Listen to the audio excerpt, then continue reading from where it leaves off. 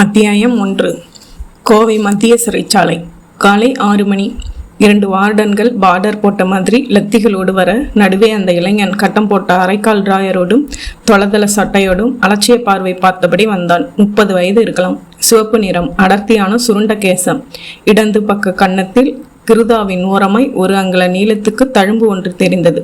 லெட்ஜரின் ஒரு பக்கத்தில் கவனமாயிருந்த jail superintendent நிமிர்ந்தார். அந்த இளைஞன் புன்னகைத்தான். Good morning sir. சூப்பரிண்டெண்டன்ட் சிரித்தார். இன்னைக்கு உனக்கு நிஜமாவே குட் மார்னிங் தான் மது. விடுதலையாக போற. நீ ஜெயிலுக்கு வந்தப்போ உடுத்திக்கிட்டு வந்த ட்ரெஸ் பக்கத்து ரூம்ல இருக்கு, போய் போட்டுக்கிட்டு வா. மது பக்கத்து அறைக்குள் நுழைந்தான். சுவரோரமாய் போடப்பட்டிருந்த அந்த அழுக்கான மேஜையின் மேல் அவனுடைய உடைகள் உட்கார்ந்திருந்தன. கருப்பு நிற ஸ்டோன் வாஷ் பேண்ட், ஒரு ஜெர்கின் கோட், மேலாக அடர்த்தியான சிவப்பில் ஒரு ஜெர்சி பனியன். மது அந்த பனியனை எடுத்தான். பனியனின் மார்பு பகுதியில் அந்த வாசகம் தெரிந்தது, ஐ டான்ஸ் வித் பீகாக்ஸ். அந்த பனியனை 2 கைகளாலும் மெல்ல தடவினான். கண்களில் தேயிலை தோட்டமும் அதன் பின்னணியில் நீல நிறத்தில் மலை சிகரங்களும் தெரிந்தன. சிகரங்களின் உச்சியில் பஞ்சு துகள்கள் ஒட்டி கொண்ட மாதிரி மேகங்கள். வார்டனின் குரல் முதுகுக்கு பின்னால் இருந்து ஒலித்தது. என்ன பார்த்துக்கிட்டு இருக்க? அது உன்னோட ட்ரெஸ் தான். சட்டு புட்டுன்னு எடுத்து போட்டுக்கிட்டு வெளியே வா. மது கைதி உடையை கழற்றி மேஜையின் ஒரு ஓரமாய் வைத்துவிட்டு தன்னுடைய உடைகளை அணிந்து கொண்டான். 5 வருட ஜெயில்வாசத்தின் காரணமாய் தளர்ந்து போயிருந்த உடம்புக்கு எல்லாமே தொளதொளப்பாய் இருந்தது. ஜெர்கினின் ஜிப்பை இழுத்து விட்டு கொண்டு அறை நின்றும் வெளிப்பட்டு சூப்பரிண்டெண்டை நெருங்கினான். அவர் லெட்ஜரை அவன் பக்கமாய் நகர்த்தி கையில் இருந்த பால்பாயின் பேனாவை நீட்டினார். இங்கே ஒரு கையெழுத்து போடு. எதுக்கு சார்? இத்தனை நாளும் நீ ஜெயிலில் வேலை பார்த்ததுக்கான சம்பளம். மது பேனாவை வாங்கி கையெழுத்து போட சூப்பரிண்டெண்டன்ட் சில 100 ரூபாய் நோட்டுகளை அவனிடம் நீட்டினார்.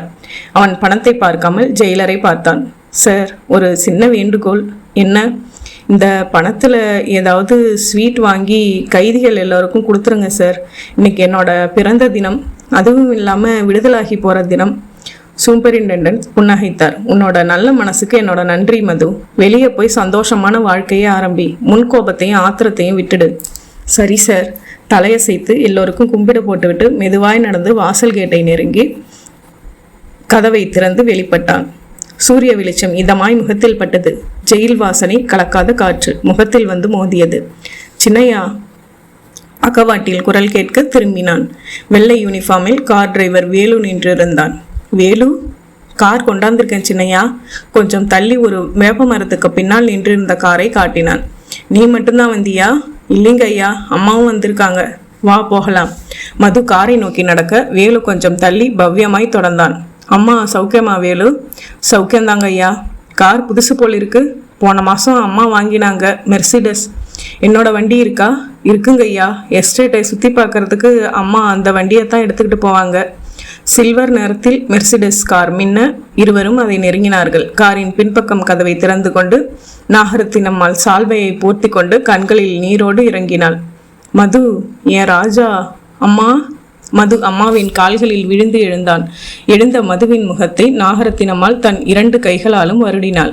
குரல் தழுதழுக்க கேட்டாள். முகமெல்லாம் எலும்பு கட்டி போயிருக்கேப்பா. மது சிரித்தான். ஜெயிலுக்குள்ளார பிஸ்தாவும் பாலும் தரமாட்டாங்களேம்மா. கேப்பை களியும் கீரையும் குழம்பும் தான். என் ராஜா, போன ஜென்மத்தில் நாம் ஏதோ பாவம் பண்ணியிருக்கோம். இல்லைன்னா இப்படி. அம்மா, நடந்து போனதை பற்றி இனிமேல் பேசி என்ன பிரயோஜனம்? காரில் ஏறுங்கம்மா, முதல்ல வீட்டுக்கு போவோம். இருவரும் பின் சீட்டில் மெத்தென்ற பரப்பில் சாய்ந்தார்கள். வேலு கதவை சாத்திவிட்டு டிரைவிங் ஸ்தானத்துக்கு போய் ஸ்டியரிங்கை பிடித்தான். கார் நகர்ந்தது. மது கேட்டான். கோத்தகிரியிலிருந்து இந்த குளிரில் நீங்கள் ஏமா வந்தீங்க? வேலுவை மட்டும் அனுப்பி வச்சிருந்தா போதுமே. நாகரத்தினம்மாள் சால்வையால் கண்களில் ஈரத்தை ஒற்றி கொண்டாள். உனக்கு இன்னைக்கு விடுதலைன்னு தெரிஞ்சப்புறம் என்னால் அங்கே உட்கார்ந்துட்டு இருக்க முடியுமா மது? கோத்தகிரியிலேருந்து எத்தனை மணிக்கு புறப்பட்டீங்கம்மா? விடிய காலையில் 4 மணிக்கு. இந்த சீசனில் கோத்தகிரி பயங்கரமாக குளிருமே. நான் குளிர பார்த்துருந்தா என் புள்ள முகத்தை இப்போ பார்த்துட்டு இருக்க முடியுமா? கார் ஜெயிலின் வெளிப்புற காம்பவுண்ட் கேட்டை தாண்டியது. டாக்டர் நஞ்சப்பா ரோட்டின் அகலத்தில் பிரவேசித்து சுலபமாய் வேகம் பிடித்தது.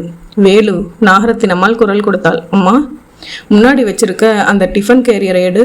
வேலு காரியின் வேகத்தை குறைத்து முன் சீட்டில் வைத்திருந்த அந்த சிறிய எவர் சில்வர் டிஃபன் கேரியரை எடுத்து கொடுத்தான். மது கேட்டான். என்னம்மா இது? உனக்கு பிரிச்ச திரட்டுப்பால், சேவை, பொங்கல், தக்காளி சட்னி கொண்டாந்துருக்கப்பா. மது, சாப்பிடு. எனக்கு வேண்டாமா. ஏன்பா வேண்டாங்கிற? கோத்தகிரிக்கு போய் நம்ம வீட்டில் சாப்பிட்றதுக்கு 2 மணி நேரம் ஆயிடும். அதான் கொண்டு வந்தேன், சாப்பிடுப்பா. டிஃபன் கேரியரை திறந்து முதல் மூடியை எடுத்து மகனிடம் நீட்டினாள் நாகரத்தினம்மாள். திருட்டுப்பால், சாப்பிடு. எனக்கு உன்னை பார்த்ததுல பசியே இல்லைம்மா, சந்தோஷத்தில் வயிறு ரொம்ப இருக்கு. சந்தோஷத்தோட சந்தோஷமா சாப்பிடு. வேலு, காரை கொஞ்சம் மெதுவாக ஓட்டு, பள்ளத்தில் இறக்காதே, தம்பி சாப்பிடுது. சரிங்கம்மா. வேலு காரின் வேகத்தை குறைத்தான். மது ஸ்பூனில் திரட்டுப்பாலை அள்ளி வாயில் திணித்து கொண்டான். உடம்பின் ஒவ்வொரு செல்லும் இனித்தது. அம்மாடி, எவ்வளவு நாளைக்கு அப்புறம் இப்படி அம்மாவுக்கு பக்கத்தில் உட்காந்து. அம்மா. என்ன மது, மாதவிக்கு கல்யாணம் ஆயிடுச்சா? 2 குழந்தைகளுக்கு அவள் இப்போ அம்மாடா. புருஷனுக்கு என்ன வேலை? ஊட்டியில் இருக்கிற எஸ்டேட்டுக்கு அவன்தான் கங்காணி. மாதவி இப்போ ஊட்டியில் தான் இருக்காளா? ஆமாம். சாப்பிட்டு கொண்டே மெதுவாய் மது யோசிப்பில் விழுந்தான். 5 ஆண்டுகளுக்கு முன்னால் நடந்த அந்த சம்பவம் கண்களுக்கு முன்னால் அப்படியே டெலிசினிமா போல் ஓடியது. அது ஒரு டிசம்பர் மாதம் சாயந்தரம் 4 மணி. தேயிலை பறிப்பில் இருந்த பெண்கள் வேலையை முடித்து கொண்டு சரிவில் இறங்கி கொண்டிருந்தார்கள். முதுகுகளில் தேயிலை துளிர்கள், இறங்குகள் நிரம்பிய கூடைகள். நிம்மக்கோ, ராத்திரி நைட்டன் தியேட்டருக்கு போகலாமா? என்ன படம்? ரஜினி படம். பேரு என்னமோ ராசான்னு சொன்னாங்க. என் பேரை விடுமோ? என்னமோ கேட்டு சொல்கிறேன். அக்கோ, சின்ன முதலாளி வர்றாரு, வாயாடாமே நட. ஆளை பாத்தியா? கமலு மாதிரி பொண்டாட்டியா வரப்போறவ கொடுத்து வச்சவ. கழுக்காத, பேசாம நடடி. பெண்களின் கூட்டம் தலை குனிந்தபடி வேகமாய் நடந்து போக மேட்டில் நின்று அவர்கள் பேச்சை செவிமடுத்து மது தனக்குள் சிரித்து கொண்டான். அவர்கள் கண்களில் இருந்து மறையும் வரை பார்த்து கொண்டிருந்த மது பங்களாவுக்கு திரும்பி போவதற்காக தேயிலை பாத்தியில் இறங்கிய போது அடுத்த பக்கம் மறைவாய் இருந்த தேயிலை பாத்தியினின்றும் பேச்சுக்குரல் எழுந்தது. ஆண் குரல். மாதவி, எத்தனை நாளாக உங்ககிட்ட கேட்டுக்கிட்டே இருக்கேன், மசிய மாட்டேங்கிறியே. கங்காணி ஐயா, நான் அந்த மாதிரி பொண்ணு இல்லைங்க. எங்கள் அப்பாரு எனக்கு மாப்பிள்ளை பார்த்துக்கிட்டு இருக்காரு. மாப்பிள்ளை தானே, பார்க்கட்டுமே. நீ ஒருத்தனுக்கு நிரந்தர குத்தகைக்கு போகிறதுக்கு முந்தி என்னையும் அப்பப்போ கவனிச்சுக்கோ. வர்ற பொங்கலுக்கு பட்டுப்புடவை எடுத்து கொடுத்துட்றேன். எனக்கு ஒன்றும் வேண்டாங்க ஐயா, நான் போகணும், வழியை விடுங்க. எல்லோரும் போயிட்டாங்க. போனால் போகிறாங்க, வா இப்படி. சி, கையை எடுங்க. பேச்சுக்குரல் வந்த பக்கம் மெதுவாய் நடந்து போய் தேயிலை செடிகளை கடந்து சரிவுக்கு பின்னால் உட்கார்ந்த அந்த 2 பேருக்கு முன்னால் வந்து திடும் என்று நின்றான். கங்காணி பொன்ராஜ் தலைக்கு சுற்றியிருந்த மஃப்ளரை சட்டென்று அவிழ்த்து கையில் வைத்து கொண்டு கும்பிட்டான். சார். மாதவி உடல் நடுங்கிக் கொண்டே குழலினாள். ஐயா, இந்த ஆளு தெரியும், உங்ககிட்ட தப்பா நடந்துக்க பார்த்தான், கேட்டுக்கிட்டு தான் இருந்தேன். நீ அப்படி தள்ளி நில்லு. மாதவி தள்ளி நின்றாள். மது கங்காணியை ஏறிட்டான். ஏண்டா, அவன் மானத்துக்கு விலை பட்டுப்படவையா? உனக்கு ஒரு தங்கச்சி இருந்து நான் அவகிட்ட இது மாதிரி பேதம் பேசுனா உனக்கு எப்படி இருக்கும்? சார், உனக்கு எத்தனை வருஷம் சர்வீஸ்டா இங்கே? 5 வருஷம். இது வரைக்கும் எத்தனை பொண்ணுங்களுக்கு பட்டுப்புடவை வாங்கி கொடுத்துருப்ப? சார் சொல்லுடா. ஆக்ரோஷமாக கேட்டுக்கொண்டே கங்காணி எதிர்பார்க்காத ஒரு வினாடியில் அவன் இடுப்பு பகுதியில் ஓங்கி ஒரு உதைவிட்டான் மது. கங்காணி ஒரு தேயிலை செடியை நாசப்படுத்தி கொண்டு உருண்டான். மது வேகமாக நெருங்கி ஒரு மூட்டை மாதிரி அள்ளினான். சொல்லுடா, எத்தனை பேரை நாசம் பண்ணியிருக்க? இந்த தடவை கங்காணி பொன்ராஜ் சிலிர்த்தான். ஆத்திர குரலில் கத்தினான். சார், இது என்னோட பர்சனல் விஷயம். வேலை நேரம் முடிஞ்ச பின்னாடி தான் எனக்கு பிடிச்ச பொண்ணுங்களோட இருக்கேன். இதையெல்லாம் நீங்கள் கண்டுக்காம போய் அவனை மேற்கொண்டு பேச விடாமல் பளீர் என்று அறைந்தான் மது. என்னடா சொன்ன? இது உன்னோட பர்சனல் விஷயமா? என்னோட எஸ்டேட்டில் வேலை செய்கிற பொண்ணுங்களை நாசம் பண்ணுறது உன்னோட பர்சனல் விஷயமா? சொல்லிக்கொண்டே இன்னொரு தரம் அறைய முயன்ற மதுவின் கையை கப்பென்று பிடித்து நிறுத்தினான். சார், இந்த அடிக்கிற வேலையெல்லாம் என்கிட்ட வேண்டாம். உங்கள் அப்பா உயிரோடு இருந்த வரைக்கும் தேயிலை பறிப்புக்கு வர பொண்ணுங்களை அவர் தொட்டு பார்க்காம இருந்ததில்லை. நீங்கள் மட்டும் என்னவா எஸ்டேட்டை சுற்றி பார்க்குற சாக்கில் பொண்ணுங்களை நோட்டம் விடத்தானே வர்றீங்க? You rascal. மது புலிப்பாய்ச்சலாய் பாய்ந்து கங்காணியின் கழுத்தை பற்றினான். பெரியவரை பற்றியே நீ பேச ஆரம்பிச்சிட்டியா? உன்ன மதுவின் இரும்பு பிடியில் கங்காணியின் கழுத்து வகையாக சிக்கிக்கொள்ள பிறகு அந்த சிமில மிண்டங்களில் நாக்கு கொஞ்சமாய் வெளித்தள்ளி கண்கள் நின்று போக சரிந்து விழுந்தான். நடந்து போன விபரீதம் மனசுக்குள் தீ மாதிரி உறைந்தாலும் பெருமூச்சோடு பாடியை அங்கேயே போட்டுவிட்டு வீட்டுக்கு வந்து போலீஸுக்கு ஃபோன் செய்தான் மது. போலீஸ் வந்து விசாரணை நடத்திய போது பணத்தை கொடுத்து கேஸை முடக்க பார்த்த நாகரத்தினம் தடுத்து விட்டான் மது. கோர்ட்டில் பகிரங்கமாய் குற்றத்தை ஒப்புக்கொண்டு வழக்கை ஒரு முடிவுக்கு கொண்டு வந்தான். ஒரு பெண்ணின் மானத்தை காப்பாற்ற புரிந்த கொலையாதலால் ஜட்ஜ் 5 வருஷ தண்டனையோடு தீர்ப்பை சொல்லி கேஸுக்கு குட்பை போட்டார். மது, நாகரத்தினம்மாள் அவனுடைய தோலை தட்ட மது சுதாரிப்புக்கு வந்தான். கார் வேகமாக போய் கொண்டிருக்க வெளியே காரமடை பஜார் தெரிந்தது. என்னப்பா யோசனை? நான் ஜெயிலுக்கு போன சம்பவத்தை நினச்சிக்கிட்டேன். இனிமே அதையெல்லாம் நினச்சி பார்க்காதே மது. சாக்கடையில் தவறி போய் கால் பட்டுட்டா தண்ணி ஊற்றி கழுவி சுத்தப்படுத்துகிற மாதிரி அந்த ஜெயிலுக்கு போன நினைப்பை மனசுலேருந்து தொடச்சி எடுத்துரு. கோத்தகிரி போனதுமே நீ ஒரு புது மதுவாக மாறணும். மது சிரித்தான். நான் என்றைக்குமே ஒரே மதுதாம்மா. ஃப்ளாஸ்கில் காஃபி இருக்குது, ஊற்றி தரட்டுமா? வேண்டாமா, எனக்கு இப்போ இருக்கிற ஒரே ஆசை என்ன தெரியுமா? என்ன? வேலு காரை அப்படி ஓரமாக நிறுத்து. மது சொன்னதும் டிரைவர் வேலு காரின் வேகத்தை குறைத்து ரோட்டோரமாய் ஒதுக்கினான். நீ தள்ளி உட்காரு, காரை நான் ஓட்டுறேன். உங்களுக்கு எதுக்கியா சிரமம்? சிரமமா? 5 வருஷம் கழித்து காரை ஓட்டுறது எவ்வளவு த்ரில்லிங்கான விஷயம் தெரியுமா? அதுவும் இந்த மாதிரியான இம்போர்ட்டட் காரை ஓட்டி பார்க்கணும்னு ரொம்ப நாளாக எனக்கு ஆசை. தள்ளி உட்கார். நாகரத்தினம்மாள் அவன் கையை பிடித்தாள். வேண்டாம்ப்பா மது, கார் ஓட்டுறதெல்லாம் ஊரில் போய் பார்த்துக்கலாம். இல்லைம்மா, எனக்கு ஆசையாக இருக்குது. அரவேணு வரைக்கும் நான் ஓட்டிட்டு வர்றேன், அப்புறம் வேலு ஓட்டட்டுமே. சொல்லிக்கொண்டே கார் நின்றும் இறங்கி டிரைவர் சீட்டுக்கு போனான் மது. ஸ்டியரிங்கை பிடித்து ஆக்சிலேட்டரை அழுத்தினான். கார் ஒரு ஸ்பாஞ்ச் துண்டமாய் பறந்தது. பார்த்து ஓட்டுப்பா மது. எனக்கு பழக்கம் விட்டு போயிருக்குன்னு நினைக்கிறீங்களாமா? நான் அதுக்காக சொல்லலை மது, இந்த கார் உனக்கு பழக்கமில்லாத காராச்சேன்னு சொன்னேன். எந்த காராக இருந்தால் என்னம்மா? சிரித்து கொண்டு ஆக்சிலேட்டரை அழித்து பிடித்தான். 5 நிமிஷம் மேட்டுப்பாளையம் வந்தது. மேட்டுப்பாளையத்தின் நெரிசலான வீதிகளில் காரை சிரமமாய் நகர்த்தி கோத்தகிரி போகும் மலைப்பாதையின் ஆரம்பத்தை தொட்டான். பாதையின் 2 பக்கமும் மரங்கள் குபீர் உயரங்களோடு தெரிய குளிர்காற்று அடித்தது. காற்றோடு புதுசாய் போட்டிருக்காங்களா வேலு? ஆமாங்கய்யா, போன வருஷம் ஜனாதிபதி கோத்தகிரிக்கு வந்து காற்றடை ஃபேக்டரியை ஆரம்பித்து வச்சார். அப்போது புதுசாக ரோடு போட்டாங்க. கார் மேலே ஏற ஆரம்பித்தது. ஜக்கனாரை வரைக்கும் 2 சேரன் பஸ்கள் தெரிந்தன. அதன் பிறகு கோத்தகிரி போகும் ரோடு நிசப்தமாக வந்தது. பனிமேகங்கள் கூட்டம் கூட்டமாய் மரங்களுக்கு மத்தியில் ஊர்ந்தன. கார் ஒரு ஹேர்பின் பெண்டின் வளைவில் முடித்து கொண்டு திரும்பிய போது சாலையின் ஓரமாய் அந்த ஸ்கூட்டர் நின்றிருந்தது. கொஞ்சம் தள்ளி மரத்துக்கு சாய்ந்து உட்கார்ந்தபடி ஒரு கர்ப்பிணி பெண் தெரிய இளைஞன் ஒருவன் தண்ணீர் நனைந்த கர்ஷிப்பால் அவளுடைய முகத்தை ஒற்றி கொண்டிருந்தான். ஷீலு ஷீலு இப்போ எப்படி இருக்கு? என்னால் முடியலைங்க. மது காரை நிறுத்தி வெளியே தலையை நீட்டி கேட்டான். என்னாச்சு? அந்த இளைஞன் பதட்டமாய் கார் அருகே ஓடி வந்தான். சார், என் ஒய்ஃபை ஹாஸ்பிட்டலுக்கு கொண்டுட்டு போகணும் சார். ஸ்கூட்டரில் போயிட்டு இருக்கும்போது திடீர்னு வலி வந்துருச்சு. எந்த ஹாஸ்பிட்டல் போகணும்? பக்கத்தில் இருக்கிற அரவேணு ஹாஸ்பிட்டலுக்கு தான் சார். கொஞ்சம் ஹெல்ப் பண்ணுங்க சார். இது அவளுக்கு தலைப்பிரசவம். நாகரத்தினம்மாள் பின் சீட்டிலிருந்து குரல் கொடுத்தார். போய் கூட்டிட்டு வாப்பா. அந்த இளைஞன் ஓடி போய் மரத்துக்கு சாய்ந்து உட்கார்ந்த பெண்ணை காருக்கு கூட்டி வந்தாள். டிரைவர் வேலு காரின் பின்பக்க கதவை திறந்து வைத்துக்கொள்ள அந்த பெண் தன் வயிற்றை தூக்கி கொண்டு சிரமமாய் உள்ளே போனாள். தொடர்ந்து அந்த இளைஞன் உள்ளே நுழைந்தான். நாகரத்தினம்மாள் சொன்னார். ஏன்பா, இவ்வளவு நிறமாசமாக இருக்கும்போது ஸ்கூட்டரில் கூட்டிகிட்டு வரலாமா? அரவேணு ஹாஸ்பிட்டலில் பக்கம்தானே இருக்குன்னு கூட்டிகிட்டு வந்துட்டேம்மா. கார் கிளம்பியது. வயிற்றை 2 கைகளாலும் பற்றி கொண்டு பற்களை கடித்தபடி அரற்றி கொண்டிருந்த அந்த பெண் திடுமென்று நேராய் எழுந்து உட்கார்ந்தாள். இடுப்பின் மறையிலிருந்து ஒரு பிஸ்டல் வெளிப்பட்டு நாகரத்தினம்மாளின் நெற்றி பொட்டில் ஜிவ்வென்று உட்கார்ந்தது. அத்தியாயம் 2. கோத்தகிரியிலிருந்து அந்த கார் வெகு வேகமாய் கீழே இறங்கி கொண்டிருந்தது. சந்தன நிற ஃபியட் கார். காரை ஓட்டி கொண்டிருந்த ரசிக சல்வார் கம்மீஸில் ஐஸ்கிரீம் தளதளப்போடு தெரிந்தாள். சென்ற வருடம் பிஎஸ்சி முடித்த மாணவி. அவளுக்கு பக்கத்தில் அவளுடைய அண்ணன் கிருஷ்ணமூர்த்தி பிளம்ஸ் பழத்தை சொரித்து கொட்டையை துப்பிக்கொண்டே இருந்தான். ரசிகா அவன் தோலை இடித்தாள். அண்ணா, கோயம்புத்தூரில் இன்னைக்கு தங்க போகிறோமா இல்லை திரும்பி வந்துட போகிறோமா? ஆடிட்டர் என்ன சொல்கிறாரோ அப்படித்தான். பேசாமல் இந்த டீ ஃபேக்ட்ரியை மூடிட்டு கோயம்புத்தூரில் போய் செட்டில் ஆகிடலாம். என்ன சொன்னேன்? டீ ஃபேக்ட்ரியை மூடுறதா? அப்பாவோட ஆவியும் அம்மாவோட ஆவியும் உன்னையும் என்னையும் சும்மா விடாது. அதுவும் இல்லாமல் நம்ம ஃபேக்ட்ரியை நம்பி 100 குடும்பம் வாழுது. அதுக்காக நாம் சாகணுமா? எப்போ பாரு ஸ்ட்ரைக்கு, வேலை நிறுத்தம், சம்பள உயர்வு, பேச்சுவார்த்தை, போராட்டம், பஞ்சப்படி உயர்வு, இதே வார்த்தைகள் தான். என்னைக்காவது அந்த ஃபேக்ட்ரியினால நமக்கு நிம்மதி இருந்திருக்கா?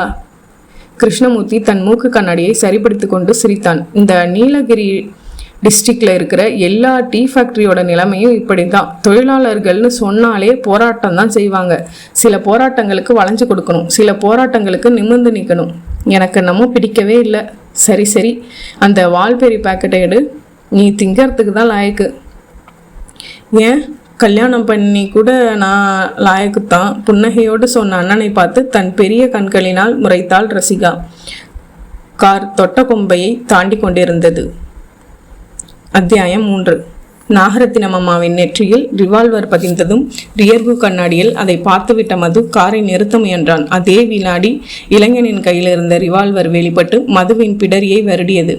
காரை நிறுத்தாம ஓட்டணும். மது காரை நகர்த்தினான் வேகமாய். போய்கிட்டே இருக்கணும். ஏதாவது சில்மிஷம் பண்ணின உன் வயசான அம்மாவோட நெத்தி பொழந்துடும். யார் நீங்க? உங்களுக்கு என்ன வேணும்? அந்த இளைஞன் கோணலாய் சிரித்தான். மது அந்த ரியர்வு கண்ணாடியில், என் மூஞ்சிய நல்லா பாரு, நான் யாருன்னு உனக்கே தெரியும். மது கண்ணாடியில் பார்த்தான். அரை நிமிஷ நேரம் முற்று பார்த்துவிட்டு, தெரியலையே என்றான். அந்த பெண் குறுக்கிட்டாள். ஏன் மூஞ்சியை பாரு, அப்பாவது உனக்கு தெரியுதான்னு பார்க்கலாம். மது பார்த்துவிட்டு உதட்டை பிதுக்கினான். தெரியலையே, 5 வருஷம் ஜெயிலில் இருந்துட்டு வந்ததுனால உனக்கு எல்லாமே மறந்து போச்சு போலிருக்கு. நீ கழுத்தை நெரிச்சு கொலை செஞ்சியே பொன்ராஜ். அவனுக்கு தம்பி நான், இது என்னோட தங்கச்சி. நாகரத்தினம் அம்மாள் பயத்தோடு வாய் குழலினாள். இப்போ உங்களுக்கு என்ன வேணும்? உன் மகனோட உயிர் வேணும். எங்கள் அண்ணனை கொலை செஞ்ச குற்றத்துக்காக சட்டம் கொடுத்த தண்டனை ரொம்பவும் சாதாரணம். உன் புள்ள தூக்கில் தொங்கியிருந்தா அது நியாயம்.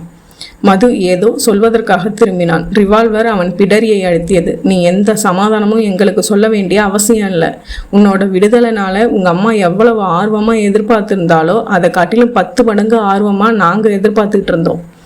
என் பையனை ஒன்றும் பண்ணிடாதீங்கப்பா. நாகரத்தின் அம்மாள் அலற இளைஞன் உருமினான். உன்னோட பையனுக்கு இன்னைக்கு தான் உண்மையான விடுதலை நாள். அவன் உடம்பில் இருந்து உயிர் பறவை பறிக்கிற நாள். மது குறுக்கிட்டான். உன்னோட கோபமும் உன் தங்கச்சி கோபமும் எனக்கு நியாயமானதா படலை. பொன்ராஜ் ஒரு அப்பாவி பெண்ணை கெடுக்க பார்த்தான். அவனுக்கு புத்தி சொல்லி திருத்த பார்த்தேன். என்னையும் என்னோட அப்பாவையும் கேவலமா பேசினான், அடிச்சான். அவனும் என்னை தாக்கினான். அதனால அவன் கழுத்தை நெரிச்சு கொலை பண்ணிட்டியாக்கும். நீ ஜெயிலுக்கு போன பின்னாடி இந்த கோத்தகிரியில எத்தனையோ கற்பழிப்பு சம்பவங்கள் நடந்திருக்கும். அந்த பொண்ணுங்களை எல்லாம் காப்பாத்த நீ ஏன் வரல? அந்த இளைஞன் முகம் சிவக்க ஆத்திரமாய் கேட்டுக்கொண்டிருக்கும் போதே மதுவுக்கு பக்கத்தில் உட்கார்ந்த டிரைவர் வேலு குபீர் என்று திரும்பி அந்த பெண்ணின் கையில் இருந்த ரிவால்வரை பறிக்க முயன்றான். அண்ணன், அந்த டிரைவர் நாய சுடு. மதுவின் பிடரியை முத்தமிட்டு கொண்டிருந்த ரிவால்வர் சட்டென்று நகர்ந்து வேலுவின் கழுத்தை பார்த்து சீறியது. சைலன்சர் பொருத்தப்பட்ட ரிவால்வர் தோட்டாவை மௌனமாய் அனுப்ப வேலு ரத்த முகமாய் முன்பக்க கண்ணாடியில் மோதி கொண்டு விழுந்தான். கண்ணாடியில் பளிச்சென்று ஒரு இரத்த சிதறல். வேலு முன் சீட்டில் விழுந்து அறுபட்ட கோழியாய் துடித்து அடங்க இளைஞன் உரிமினான். மது, காரை நிறுத்தாம ஓட்டு. நீ எங்களை தாக்க முயற்சி பண்ணின வேலுவோட கதி உங்க அம்மாவுக்கும் ஏற்படும். நாங்க நினைச்சா இந்த நிமிஷமே உன்னை சுட்டு தள்ளிட்டு போயிட்டே இருக்கலாம். ஆனா உன்னை நிமிஷ நேரத்துல சாகடிக்க நான் விரும்பல. எங்க இடத்துக்கு உன்னை கொண்டு போய் உங்க அம்மா கண் முன்னாடியே கொஞ்சம் கொஞ்சமா சித்திரவதை பண்ணி சாகடிக்க போகிறோம். வேலு நிசப்தமாயிருந்தான். முன்புற கண்ணாடியில் பட்டிருந்த ரத்தம் துளி துளியாய் டேஷ்போர்டின் மேல் சொட்டி கொண்டிருந்தது. அந்த பெண் மதுவின் தோலை தொட்டாள். அந்த டேஷ்போர்டை திறந்து, ஏதாவது வேஸ்ட் கிளாத் இருக்கா, எடுத்து கண்ணாடியில் பட்டிருக்கிற உன்னோட விசுவாசமான டிரைவர் ரத்தத்தை தொடச்சிடு. மது மௌனமாய் காரை ஓட்டி கொண்டிருந்தான். சொன்னது காதல விழல. மது டேஷ்போர்டை திறந்தான். உள்ளே இருந்து பாலிஷ் துணியை எடுத்துக்கொண்டான். ஒரு கையால் ஸ்டியரிங்கை வளைத்து கொண்டே சொன்னான். காரை நிறுத்தினா தான் துடைக்கணும். சரி, இன்னும் கொஞ்சம் தூரம் போனதும் காரை நிறுத்திக்கலாம். இப்போ எங்கேயும் நிறுத்தாதே. கீழே தட்டப்பள்ளம் வரட்டும். அத்தியாயம் 4. ரசிகா காரின் வேகத்தை அதிகப்படுத்தினாள். கிருஷ்ணமூர்த்தி அவளுடைய தோலை பற்றினான். என்னாச்சு உனக்கு? ஏன் இந்த வேகம்? கோயம்புத்தூர் சீக்கிரமாக போயிட்டா ஏதாவது ஒரு ஏசி தியேட்டரில் காலை காட்சி பார்க்கலாமே. ஏன் ஆடிட்டர்கிட்ட நீ வரலையா? நான் எதுக்காக வரணும்? நம்ம ஃபேக்ட்ரியில் நீயும் ஒரு பார்ட்னர் தெரியுமா? எனக்கு இந்த ஃபேக்ட்ரி விவகாரங்களே வேண்டாம். நீயும் ஆடிட்டரும் நம்ம ஃபேக்ட்ரி விவகாரங்களை பேசி முடிங்க. நான் கேஜி காம்ப்ளெக்ஸ்க்கு போய் ஒரு நல்ல படம் பார்த்துட்டு வர்றேன். எங்கேயோ போயிட்டு வா. எனக்கு அந்த கிராக் சாக் பிஸ்கட் பாக்கெட்டை எடுத்து கொடுத்துரு. சரியான தின்னி பண்டாரம். நீ மட்டும் என்னவா சரியான சினிமா பைத்தியம் என்று சிரித்த கிருஷ்ணமூர்த்தி, சரி சரி, ரோட்டை பார்த்து காரை ஓட்டு. எதிரில் பார், ஒரு மெர்சிடஸ் கார் கப்பல் மாதிரி என்னமா வருது. அட்டகாசமான வண்டி. கார்னா அது கார், நம்ம காரு இருக்கே. ஏன் நம்ம காருக்கு என்ன குறைச்சல்? அப்பா காலத்துலேருந்து நாய் மாதிரி உழைக்குது. நாய் மாதிரி உழைக்குதா? அதான் சில சமயங்களில் என்ஜின் லொல்லுன்னு சத்தம் போடுது. மெர்சிடஸ் கார் வேகமாய் அவர்களை கடந்து போக கிருஷ்ணமூர்த்தி முகம் மாறி ரசிகாவை ஏறிட்டான். ரசி, அந்த காரை கவனிச்சியா? கவனிச்சேனே. காருக்குள்ளே பார்த்தியா? பார்க்கல. காருக்குள்ளே என்ன? துப்பாக்கி முனையில் ஒரு அம்மாவை கடத்திட்டு போகிறாங்க. காரை சட்டென்று பிரேக் போட்டு நிறுத்தினாள் ரசிகா. என்ன நான் சொல்கிறேன், ஒரு அம்மாவை கடத்திட்டு போகிறாங்களா? ஆமாம், ஒரு வயசான அம்மாவுக்கு அந்த பக்கமும் இந்த பக்கமும் ஒரு ஆணும் பெண்ணும் உட்காந்துட்டு கையில் பிஸ்டல் வச்சுருக்காங்க. நல்லா பார்த்தியா? பார்த்தேன். சரி, இப்போ என்ன பண்ணலாம்? காரை திருப்பி அந்த மெர்சரஸ் காரை ஃபாலோ பண்ணு. நாம் எதுக்கு ஃபாலோ பண்ணணும்? இன்னும் 5 கிலோமீட்டர் போனால் அரவேணு போலீஸ் ஸ்டேஷன் வந்துடும். அங்கே போய் தகவல் கொடுத்துட்டு நாம் கோயம்புத்தூர் போயிட்டே இருக்கலாம். ரசி, நம்ம போலீஸுக்கு போய் தகவல் சொல்கிறதுக்குள்ள அந்த அம்மாவை அவங்க ஏதாவது பண்ணிடுவாங்க. நீ காரை திருப்பி சொல்கிற. அந்த காருக்குள்ள என்னமோ விபரீதம் நடந்திருக்கு. முன்பக்க கண்ணாடியில் கூட ரத்தம் மாதிரி ஏதோ சிதறி இருந்தது. ரசிகா காரை ரிவர்ஸ் எடுத்தாள். சிரமமாய் அரைவட்டம் அடித்து திருப்பினாள். மேலே 2வது வளைவில் மெர்சடஸ் தெரிந்தது. ஆக்சிலேட்டரை அழுத்து. ரசிகா அழுத்தினாள். அண்ணா, இது வேண்டாத காரியம்னு என் மனசுக்கு படுது. காரில் இருக்கிறவங்க எப்பேற்பட்டவங்கன்னு நமக்கு தெரியாது. கையில் பிஸ்டல் வேற இருக்கிறதா சொல்கிற. We are helpless. கொஞ்சம் யோசி. நீயும் நானும் கராத்தை எதுக்காக கற்று வச்சுருக்கோம்? காரை வேகமாக விரட்டு. அந்த மெர்சரஸ் காரை ஓவர்டேக் பண்ணி நிறுத்து. அந்த பிஸ்டல் பேர் வழிகள் இறங்கி நம்ம ஷூட் பண்ணுறதுக்குள்ளே நாம் அவங்கள தாக்க முடியாதா என்ன? எனக்கு என்னமோ இது முட்டாள்தனமாக படுது. போலீஸுக்கு இன்ஃபார்ம் பண்ணிடுறது பெட்டர். இந்த நடுக்காட்டில் போலீஸுக்கு எப்படி இன்ஃபார்ம் பண்ணுவேன்? ரசி, உனக்கு பயமாக இருந்தால் இப்படி வா, காரை நான் ஓட்டுறேன். வேண்டாம், நானே ஓட்டுறேன். அப்படின்னா ஆக்சிலேட்டரை மிதி.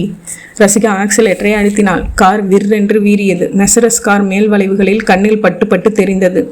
அவங்க கார் மெதுவாகத்தான் போகுது. நாம் ஃபாலோ பண்ணுறோம்னு தெரிஞ்சா அவங்க காரும் பறக்க ஆரம்பிச்சிடும். அட, அங்கே பாரு, என்ன அந்த கார் ரோட்டோரமாக ஒதுங்கி நிற்கிது. ரசிகா குனிந்து மேல் வளைவை பார்த்தாள். மெர்சரஸ் மரங்களுக்கு மத்தியில் நின்றிருந்தது. அத்தியாயம் 5. ரத்தத்தை தொட. இளைஞன் உரும மது கையில் இருந்த பாலிஷ் துணியால் ரத்தத்தை முன்புற கண்ணாடியில் நின்று ஒட்டி எடுத்தான். சீக்கிரம், 1 நிமிஷத்துல ரத்தம் சுத்தம் பண்ணி ஆகணும். அண்ணே, அந்த பெண் குரல் கொடுத்தாள். என்ன? பின்னாடி ஒரு கார் வருது. வந்துட்டு போகட்டும், நீ பிஸ்டலை கண்ணில் படாமல் தாழ்த்திக்கோ. அண்ணே, அந்த கார் கீழே இறங்கிட்டு இருந்த காரு திடீர்னு இப்போ மேலே வந்துகிட்டு இருக்கு. கொஞ்சம் எச்சரிக்கை தேவை. இளைஞன் பின்பக்க கண்ணாடி வழியாய் காரை பார்த்துவிட்டு மதுவின் முதுகில் ரிவால்வரை வைத்து உசுப்பினான். சீக்கிரமா தொட. இரத்த துளிகளை அவசரமாய் மது துடைத்து கொண்டிருக்கும் போதே அந்த கார் மெர்சடஸுக்கு முன்னால் வந்து நின்றது. பெண் பதட்டப்பட்டாள். அண்ணே, பதறாதே, அவங்க இறங்கி வரட்டும். அண்ணே, அவங்க இறங்கி வந்தா செத்து கிடக்கிற அந்த டிரைவர் கண்ணில் பட்டுடுவான். அவங்க இங்கே வர்றதுக்கு முந்தி நாம இறங்கி கீழே நின்றுன்றது நல்லது. இளைஞன் மதுவின் முதுகை தட்டினான். முதல்ல நீ இறங்கு. அந்த கார்லேருந்து யாராவது இறங்கி வந்து ஏதாவது கேட்டால் நல்ல பதிலாக சொல்லி சமாளிக்கணும். எங்களை காட்டி கொடுக்குற மாதிரி ஏதாவது சொன்ன இங்கே ஒரு ரத்த கலரியே நடக்கும். முதல் தோட்டா உங்கள் அம்மா நெஞ்சில் தான் பாயும். மது காரின் கதவை திறந்து கொண்டு கீழே இறங்கினான். தொடர்ந்து அந்த இளைஞன் ரிவால்வரை இடுப்பில் செருகி கொண்டு தரையில் கால் பதித்தான். இறங்கும் முன்பு மெல்லிய குரலில் அந்த பெண்ணிடம் சொன்னான். இந்நிலைமை விபரீதமாகிற மாதிரி தெரிந்தால் அந்த அம்மாவை தயவுதாட்சண்யம் பார்க்காம சுட்டுடு. அதே மாதிரி மதுவையும் நான் சுட்டுடுறேன். சரிண்ணே. மெர்சிடஸுக்கு முன்பக்கம் போய் நின்ற கார் நின்று ரசிகாவும் கிருஷ்ணமூர்த்தியும் இறங்கினார்கள். ரசிகா கிசுகிசுத்தாள். அண்ணா, நீ சொன்ன மாதிரி ஏதோ விபரீதம் தான். கீழே இறங்கி நிற்கிற 2 பேரோட பார்வையும் சரியில்லை.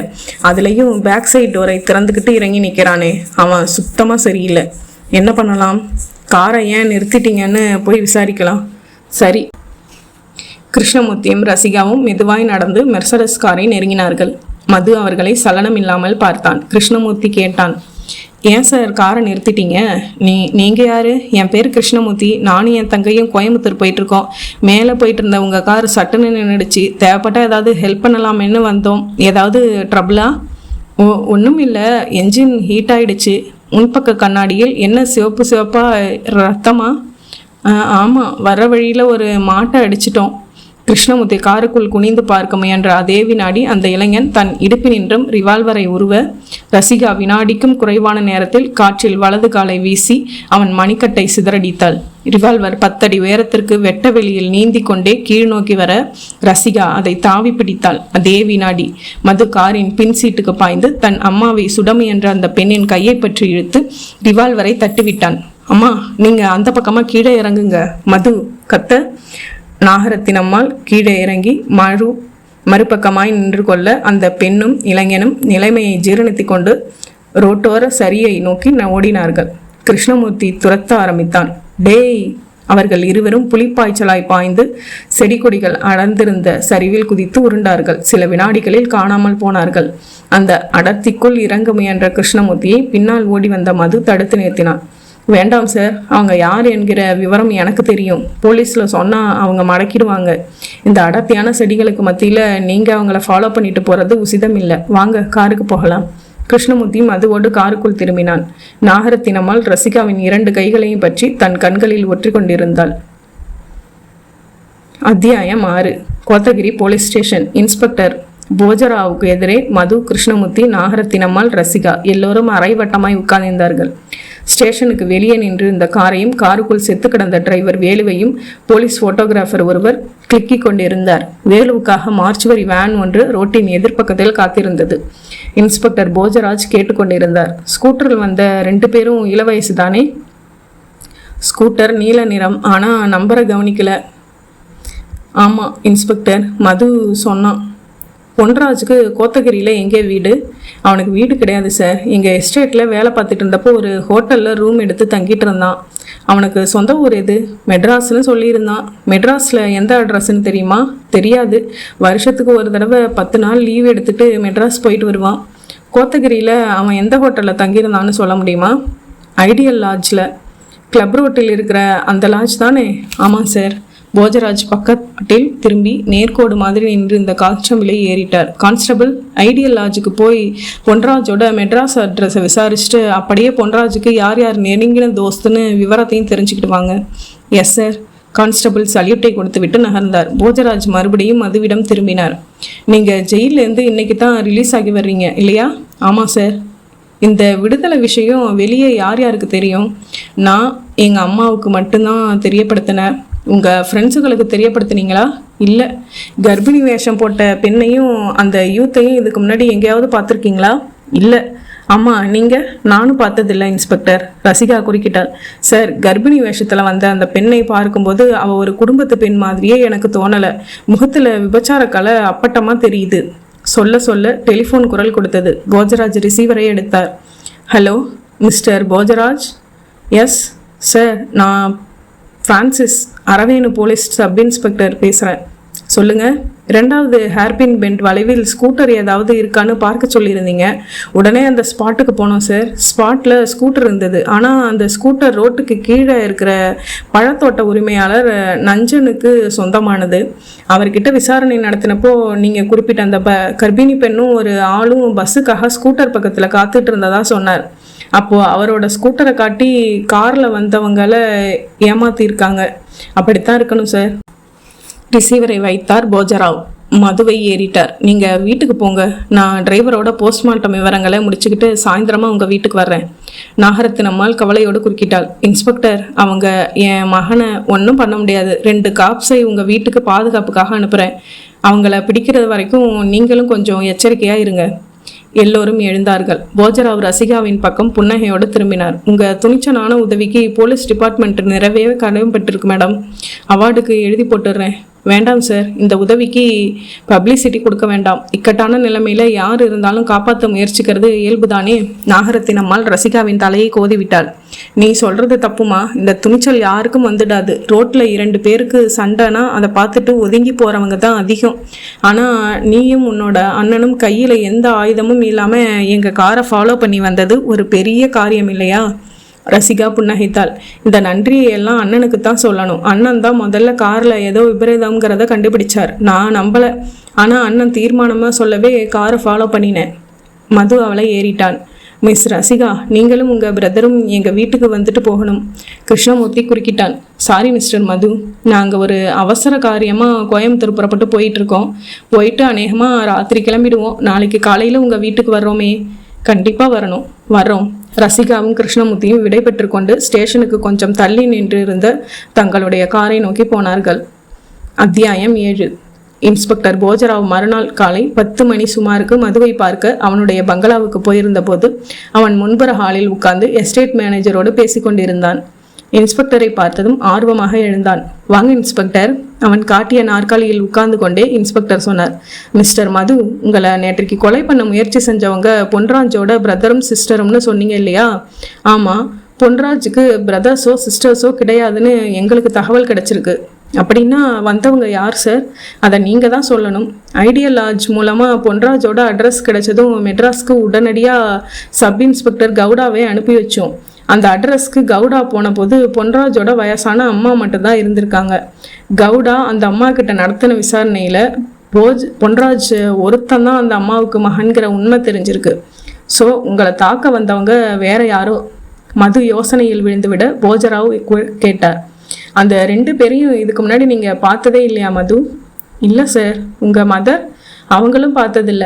குறிப்பாக உங்களை தீர்த்து கட்டணும்னு தான் வந்திருக்காங்க. தனிப்பட்ட முறையில் உங்களுக்கு விரோதிகள்னு சொல்கிற மாதிரி யாராவது இருக்காங்களா? அப்படி யாரும் கிடையாது சார். அவசரப்படாமல் யோசிச்சு பாருங்க சார். நான் யாருக்குமே விரோதி கிடையாது. பொன்ராஜ் கூட எனக்கு விரோதி இல்லை. எஸ்டேட்டில் வேலை செய்கிற பொண்ணுக்கிட்ட அவன் தப்பாக நடந்துக்கிட்டதை பார்த்தேன். அதைத்தான் நான் கண்டிக்க போய் தான் அவனை தாக்கினேன். பொன்ராஜுக்கு நெருங்கின சிநேகிதம் யாருன்னு தெரியுமா? தெரியாது சார். பொன்ராஜ் உங்கள் எஸ்டேட்டில் வேலை பார்த்தப்போ அதே பீரியடில் கங்காணியாக வேலை பார்த்த வேற யாராவது இன்னமும் உங்ககிட்ட வேலை பார்க்குறாங்களா? பக்கத்தில் நின்று இந்த எஸ்டேட் மேனேஜர் குறுக்கிட்டு சொன்னார். ராஜின்னு ஒருத்தன் இருக்கான் சார். பொன்ராஜ் உயிரோடு இருந்த காலத்தில் 2 பேரும் சாராய கடைக்கு ஒன்றா போவாங்க. அந்த ராஜுவை நான் விசாரிக்கணும். ஃபீல்டில் இருக்கான் சார். அவனை இங்கே அனுப்பவா இல்லை நீங்கள் ஃபீல்டுக்கு வர்றீங்களா சார்? நானே வர்றேன். திடீர்னு போய் விசாரிச்சா தான் உண்மைகள் வரும். நீங்கள் போய் விவரத்தை சொல்லி கூட்டிகிட்டு வர்றதுக்குள்ளே அவன் பேச வேண்டிய பொய்களை பட்டியல் போட்டு வச்சுக்கிடுவான். எஸ்டேட் மேனேஜரும் இன்ஸ்பெக்டரும் மதுவிடம் விடைபெற்று கொண்டு ஜீப்புக்கு புறப்பட்டார்கள். அவர்கள் புறப்பட்டு போன சில நிமிஷ நேரத்திற்கு பிறகு அந்த ஃபியட் கார் உள்ளே நுழைந்து நின்றது. கிருஷ்ணமூர்த்தியும் ரசிகாவும் இறங்கினார்கள். மது உள்ளே இருந்து ஓடி வந்தான். வாங்க வாங்க. என்ன, அந்த 2 பேரையும் அமுக்கியாச்சா? போலீஸ் முயற்சி பண்ணிட்டு இருக்காங்க. உட்காருங்க. ரசிகாவும் கிருஷ்ணமூர்த்தியும் சோபாவில் உட்கார்ந்தார்கள். ரசிகா கேட்டாள், அம்மா எங்க? நேற்றுக்கு நடந்த சம்பவத்தில் அம்மாவுக்கு பிளட் ப்ரெஷர் அதிகமாகிடுச்சு. மாடி ரூமில் ஓய்வு எடுத்துக்கிட்டு இருக்காங்க. ரசிகா கேட்டாள், நான் போய் பார்க்கலாமா? பார்த்துட்டு வாங்களேன். மாடியில் 2வது ரூம். தேங்க்யூ. ரசிகா எழுந்து போனாள். கிருஷ்ணமூர்த்தி மதுவை ஏறிட்டான். ரசிகா யார்கிட்டையும் ரொம்ப சீக்கிரமாக ஒட்டிக்கிடுவா. Jovial type. அப்படித்தான் இருக்கணும். நீங்கள் நேற்றைக்கு கோயம்புத்தூர் போயிட்டு வந்துட்டீங்களா? நைட்டே திரும்பிட்டோம். என்னால் உங்களுக்கு வேலை கெட்டுது. நோனோ, அப்படியெல்லாம் ஒன்றுமில்லை. கிருஷ்ணமூர்த்தி தன்னடக்கத்தோடு மறுத்து கொண்டிருக்கும் போதே டீப்பாயின் மேலே இருந்த டெலிஃபோன் கூப்பிட்டது. மது ரிசீவரை எடுத்தான். ஹலோ, மது வீடு தானே? ஆமாம். அங்கே கிருஷ்ணமூர்த்தி இருக்காரா? இருக்கார். நீங்கள் யார் பேசுறது? அவரோட ஃப்ரெண்டு. அவரை கொஞ்சம் பேச சொல்கிறீங்களா? 1 மினிட் என்று சொன்ன மது எதிரில் உட்கார்ந்த இந்த கிருஷ்ணமூர்த்தியிடம் ரிசீவரை நீட்டிக்கொண்டே மெல்லிய குரலில், யாரோ உங்கள் ஃப்ரெண்டா லைனில் இருக்கார் என்றான். கிருஷ்ணமூர்த்தி ரிசீவரை வாங்கி எஸ் யாரு என்றான். மறுமுனையில் குரல் உரிமையது. அந்த கொலகார பையன் மதுவை நீ ஒரு வாட்டி காப்பாற்றலாம், அடுத்த வாட்டி அவனை நீ காப்பாற்றவே முடியாது. நீயும் உன்னோட தங்கச்சி ரசிகாவும் அவனை காப்பாற்றின குற்றத்துக்காக கூடிய சீக்கிரமே ஒரு தண்டனை அடைய போறீங்க. டே, யாரா நீ? 2 தண்டனைகளை யோசனை பண்ணி வச்சிருக்கேன். 1, உன்னோட வலது கையை வெட்டுறது. 2வது, கிளி மாதிரி இருக்கிறோட உன்னோட தங்கச்சிக்கு கண்ணி கழிக்கிற வைபவத்தை நடத்துறது. 2ல் எதை நிறைவேற்றலாம்னு நீயே சொல்லு. You rascal. மது தவிப்பாய் கேட்டான். ஃபோனில் யாரு? யாரோ தெரியல. மிரட்டுறானா? மது ரிசீவரை வாங்கி குரல் கொடுத்தான். யார் பேசுறது? குரல் பலமாய் சிரித்தது. ஓ, மதுவா? பொன்ராஜ் உயிரோடு இல்லாத இந்த உலகத்தில் நீயும் உயிரோடு இருக்கக்கூடாது. உன்னை காப்பாற்றினவங்களுக்கும் இனிமே காப்பாற்ற போகிறவங்களுக்கும் எச்சரிக்கை பண்ணத்தான் இந்த ஃபோன். உன்னை காப்பாற்றின கிருஷ்ணமூர்த்திக்கும் அவன் தங்கைக்கும் தண்டனைகள் காத்திருக்கு. அந்த தண்டனைகள் கூடிய சீக்கிரமே நிறைவேற்றப்படும். 5 வருஷம் ஜெயிலில் இருந்துட்டு வந்திருக்க. சோளக்களியும் கீரை குழம்பும் சாப்பிட்டு உன்னோட நாக்கு மரத்து போயிருக்கும். 2 நாளைக்கு வாய்க்கு ருசியாக வீட்டில் சாப்பிடு, அப்புறம் செத்து போகலாம். மது மேற்கொண்டு பேசும் முன் ரிசீவர் வைக்கப்பட்டு விட்டது. மது ரிசீவரை வைத்துவிட்டு குழப்பமாய் நெற்றியை தேய்த்து கொண்டான். பொன்ராஜுக்கும் இவனுக்கும் என்ன தொடர்புனே புரியலையே. அந்த ஆசாமி இதே ஊரில் தான் இருக்கான்னு தெரியுது. மிஸ்டர் கிருஷ்ணமூர்த்தி, நீங்களும் உங்கள் சிஸ்டரும் கொஞ்சம் ஜாக்கிரதையாகவே இருந்துக்குங்க. அகால நேரத்தில் வெளியே வர்றதோ போகிறதோ வேண்டாம். மது சொல்லி கொண்டு இருக்கும்போதே காம்பவுண்ட் கேட்டுக்குள் போலீஸ் ஜீப் நுழைவது தெரிந்தது. அடுத்த சில நிமிடங்களில் இன்ஸ்பெக்டரும் எஸ்டேட் மேனேஜரும் உள்ளே வந்தார்கள். ராஜுவை விசாரிச்சிங்களா இன்ஸ்பெக்டர்? ஒரு உபயோகமான தகவல் கிடைச்சிருக்கு. உபயோகமான தகவலா? எஸ். பொன்ராஜுக்கும் மேட்டுப்பாளையம் பங்களா மேட்டில் குடியிருக்கிற சுலோச்சனாங்கிற பெண்ணுக்கும் 5 வருஷத்துக்கு முன்னாடி கான்டாக்ட் இருந்திருக்கு. சின்ன வீடு செட்டப் மாதிரி தானாம் அது. பொன்ராஜ் உயிரோடு இருந்த வரைக்கும் நகை நட்டுன்னு அவள் செழிப்பாக இருந்திருக்கா.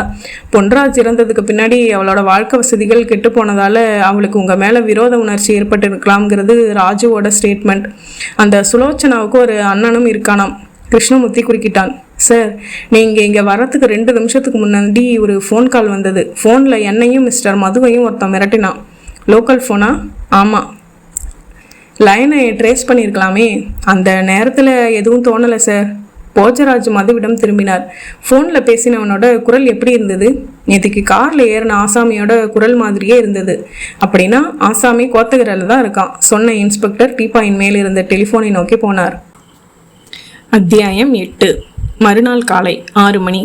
கோத்தகிரி பனியில் வசமாய் சிக்கிக்கொண்டு சூரியனின் வெளிச்சத்தை வாங்கும் முயற்சியில் ஈடுபட்டிருக்க தன்னுடைய அறை நின்றும் ஜாகின் சூட்டில் வெளிப்பட்டாள் ரசிகா.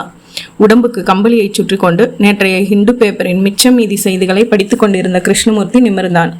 ஏய் ரசி, எங்கே புறப்பட்டுட்ட? பார்த்தா தெரியல, ஜாகிங். கொஞ்ச நாளைக்கு இந்த ஜாகிங் எல்லாம் வேண்டாம்.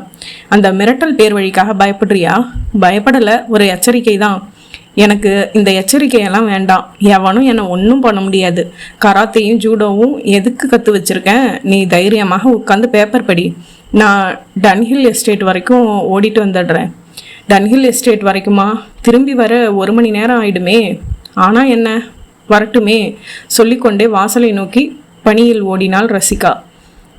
பயங்கர துணிச்சல். வாய்க்குள் உணகி கொண்டவன் பேப்பரின் ஸ்போர்ட்ஸ் காலத்தை பிரித்து வைத்து கொண்டு கிரிக்கெட் தோல்விக்கு வெஞ்சர் சொன்ன நொண்டி சாதனங்களை படிக்க ஆரம்பித்தான். 2 பத்தி படித்திருப்பான். வாசலில் மோட்டார் பைக் சத்தம் கேட்டது. நிமிர்ந்தவன் அதிர்ச்சியாய் எழுந்தான். மாதவ், ராஷ்மி. உதடுகள் நடுக்கமாய் உச்சரித்தது. பைக்கு நின்றும் அந்த இளைஞன் இறங்கி ஸ்டோன் வாஷ் ஷர்ட்களில் கனமான பேண்ட்டுகளிலும் இறங்கினார்கள். அலட்சிய நடை போட்டுக்கொண்டு உள்ளே வந்தார்கள். Good morning Krishnamurthy. கிருஷ்ணமூர்த்தி பதட்ட குரலில் சொன்னான். மாதவ், ராஷ்மி, இங்கே எதுக்காக வந்தீங்க? ஏன் வரக்கூடாதா? அந்த இளைஞன் சிரிக்க பெண் பக்கத்தில் வந்தாள். கிருஷ்ணமூர்த்தி, பயப்படாத. உன்னோட சிஸ்டர் ஜாகிங் போகிறத பார்த்துட்டு தான் நான் வந்தோம். உட்காரலாமா? கிருஷ்ணமூர்த்தி தலையாட்ட மாதவியும் ராஷ்மியும் உட்கார்ந்தார்கள். மாதவ் தன் தலையில் கவிழ்த்திருந்த பனிக்குள்ளாயை எடுத்துக்கொண்டே கேட்டான். போலீஸ் நிறுவனம்லாம் எப்படி இருக்கு? பொன்ராஜ் சைடில் இன்வெஸ்டிகேஷன் நடந்துக்கிட்டு இருக்கு. ராஷ்மி சிரித்தாள். கிருஷ்ணமூர்த்தி, உனக்கு ஏன் குரல் நடுங்குது? உங்கள் 2 பேரையும் இவ்வளவு கால நேரத்தில் நான் எதிர்பார்க்கல, அதுவும் ஏன் வீட்டில். சாரி, வரக்கூடாதுன்னு தான் நினச்சோம், பட் வர வேண்டிய சூழ்நிலை. என்ன? எங்களுக்கு கொஞ்சம் பணம் வேணும். பணமா? எவ்வளவு? ஒரு 10,000.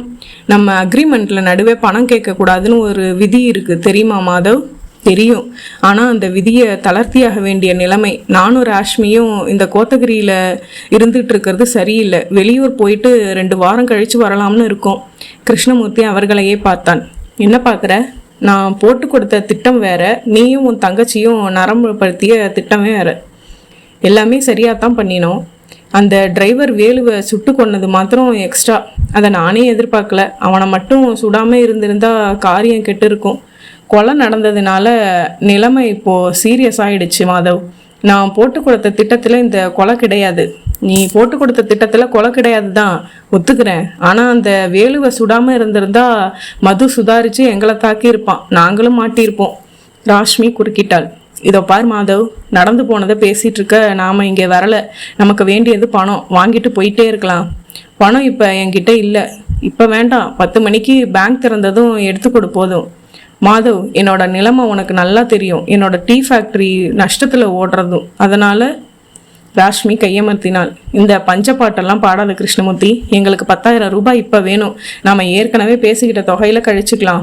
நாங்கள் இந்த ஊரில் இருந்தால் எங்களுக்கும் நிம்மதி இருக்காது, உனக்கும் நிம்மதி இருக்காது. கிருஷ்ணமூர்த்தி சில வினாடிகள் யோசித்து விட்டு நெற்றியை தேய்த்து கொண்டே நிமிர்ந்தான். நாளைக்கு சாயந்தரம் பணம் தர்றேன். ஏன் இன்னைக்கு முடியாதா? முடியாது. நாளைக்கு கலெக்ஷன் டே. கையில் கொஞ்சம் பணம் இருக்கும். கண்டிப்பாக தருவியா? தர்றேன். நாளைக்கு வந்து எதிரில் நின்னதும் முடியலைன்னு சொல்ல மாட்டியே? மாட்டேன். ராஷ்மியும் மாதவும் எழுந்தார்கள். நாங்கள் புறப்படுறோம், ஞாபகம் வச்சுக்கோ. 10,000 ரூபாய். நாளைக்கு சாயந்தரம் 6 மணிக்கு இங்கேயே வந்துடுறோம். இங்கே வேண்டாம். பின்ன லேக்குக்கு பக்கத்தில் வந்துடு. ஏன் இங்கேயே வந்துட்டா என்ன? வேண்டாம், ரசிகா இருப்பா. 6 மணிக்கு அவள் தான் லேடிஸ் கிளப்புக்கு போயிடுவாளே. இனிமேல் வீட்டில் எந்த டீலிங்ஸும் வேண்டாம். சரி, உன்னோட இஷ்டம். லேக்குக்கே வர்றோம். மாதவ் தன் கையில் இருந்த பனிக்குள்ளாயை தலையில் பொருத்தி கொண்டு வாசலில் நின்றிருந்த மோட்டார் பைக்கை நோக்கி போக ராஷ்மி கிருஷ்ணமூர்த்தியின் தலையை தடவி விட்டு மாதவை பின்தொடர்ந்தாள். பைக் கதறி புகைவிட்டு புறப்பட்டு போனதும் கிருஷ்ணமூர்த்தி வியர்த்த முகத்தோடு தலையை பிடித்து கொண்டு உட்கார்ந்தான். சில வினாடிகள் தான். பின்பக்கம் அந்த குரல் கேட்டது. அண்ணா! தூக்கி வாரி போட்டுக்கொண்டு திரும்பினான் கிருஷ்ணமூர்த்தி. ரசிகா பின்பக்க கதவருகே இறுகிய முகத்தோடு நின்று இருந்தாள். அத்தியாயம் 9. ரசிகா! கிருஷ்ணமூர்த்தி தடுமாற்றமாய் எழுந்தான். அந்த குளிரான வேளையிலும் வியர்த்து போயிருந்த முகத்தை 2 கைகளாலும் வழித்து விட்டு கொண்டான். ரசிகா மார்புக்கு குறுக்கே கைகளை கட்டிக்கொண்டு அவனை நெருங்கினாள். அவன் குளறலாய் கேட்டான், ரசிகா, நீ எப்படி உள்ளே வந்தேன்னு கேட்குறியான்னா? ரொம்ப சுலபம். நம்ம வீட்டு பின்பக்க காம்பவுண்ட் கேட்டும் சுவரும் அவ்வளோ உயரம் இல்லையே, ரொம்ப ஈஸியாக ஜம்ப் பண்ணி வந்தேன். ரசி, உனக்கு இது எப்படி தெரியும்னு கேட்குறியா? அதையும் சொல்லிடுறேன். எனக்கு முதலாக சந்தேகம் வந்தது நேத்திக்கு ராத்திரி தான். 8 மணிக்கு ஒரு தடவை டெலிஃபோன் மணி அடித்தப்போ நான் ரிசீவரை எடுத்தேன். ஹலோன்னு குரல் கொடுத்ததும் ரிசீவரை வச்சுட்டாங்க. 15 நிமிஷம் கழிச்சு மறுபடியும் ஃபோன் வந்தது. ரிசீவரை எடுத்து ஹலோன்னு சொன்னதும் மறுபக்கத்தில் வச்சுட்டாங்க. ரிசீவரை வைக்கும்போது ஒரு பெண்ணோட குரல் கிசுகிசுப்பாக நாளைக்கு காத்தால பார்த்துக்கலாம்னு சொன்ன மாதிரி என் காதில் விழுந்தது. எனக்கு உடனே சந்தேகம் வந்தது. இந்த வீட்டில் இருக்கிறது நீயும் நானும் மட்டும்தான்.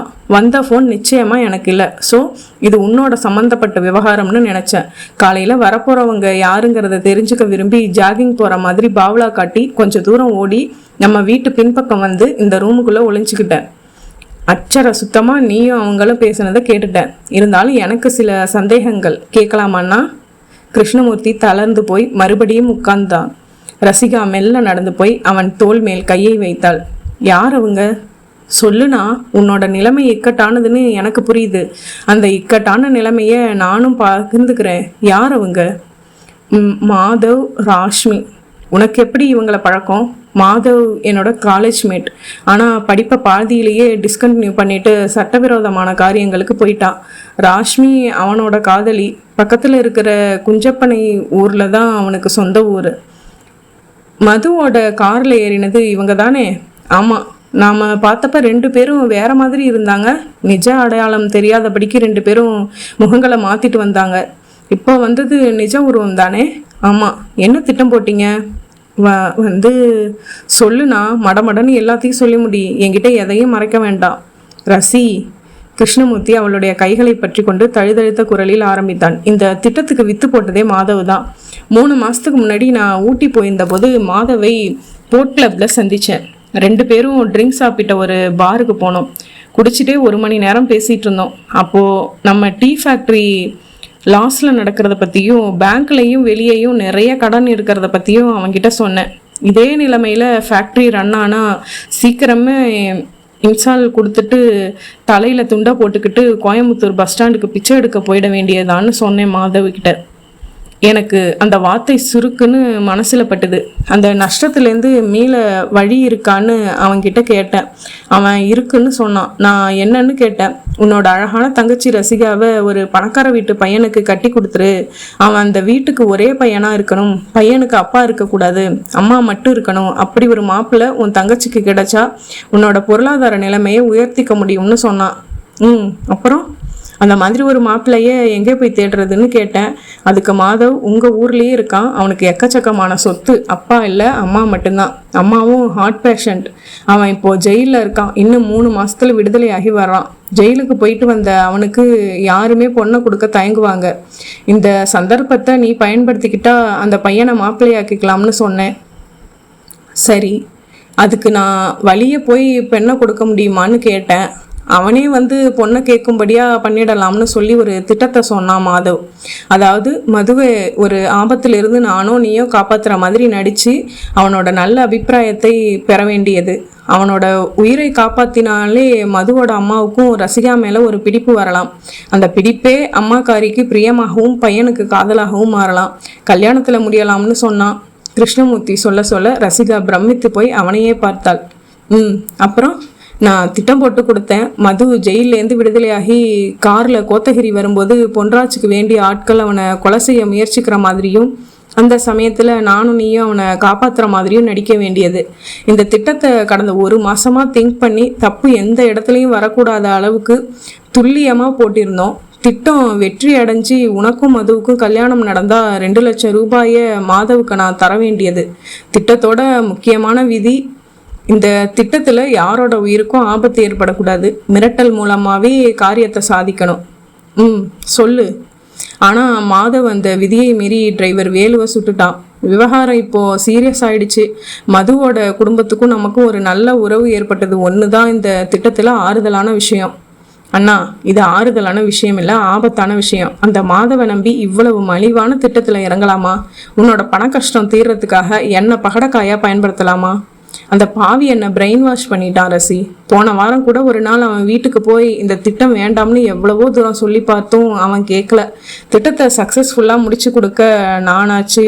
நீ ஏன் கவலைப்படுறேன்னு 1 மணி நேரம் அவனும் ராஷ்மியும் பேசி பேசி என்னை இந்த திட்டத்துக்கு தலையாட்ட வச்சுட்டாங்க. ரசி பெருமூச்சு விட்டாள். இனிமே நீ என்ன காரணத்தை சொன்னாலும் மாதவ், ராஷ்மி செஞ்ச கொலைக்கு நீயும் நானும் உடந்தைங்கிற உண்மை மறைய போறதில்ல.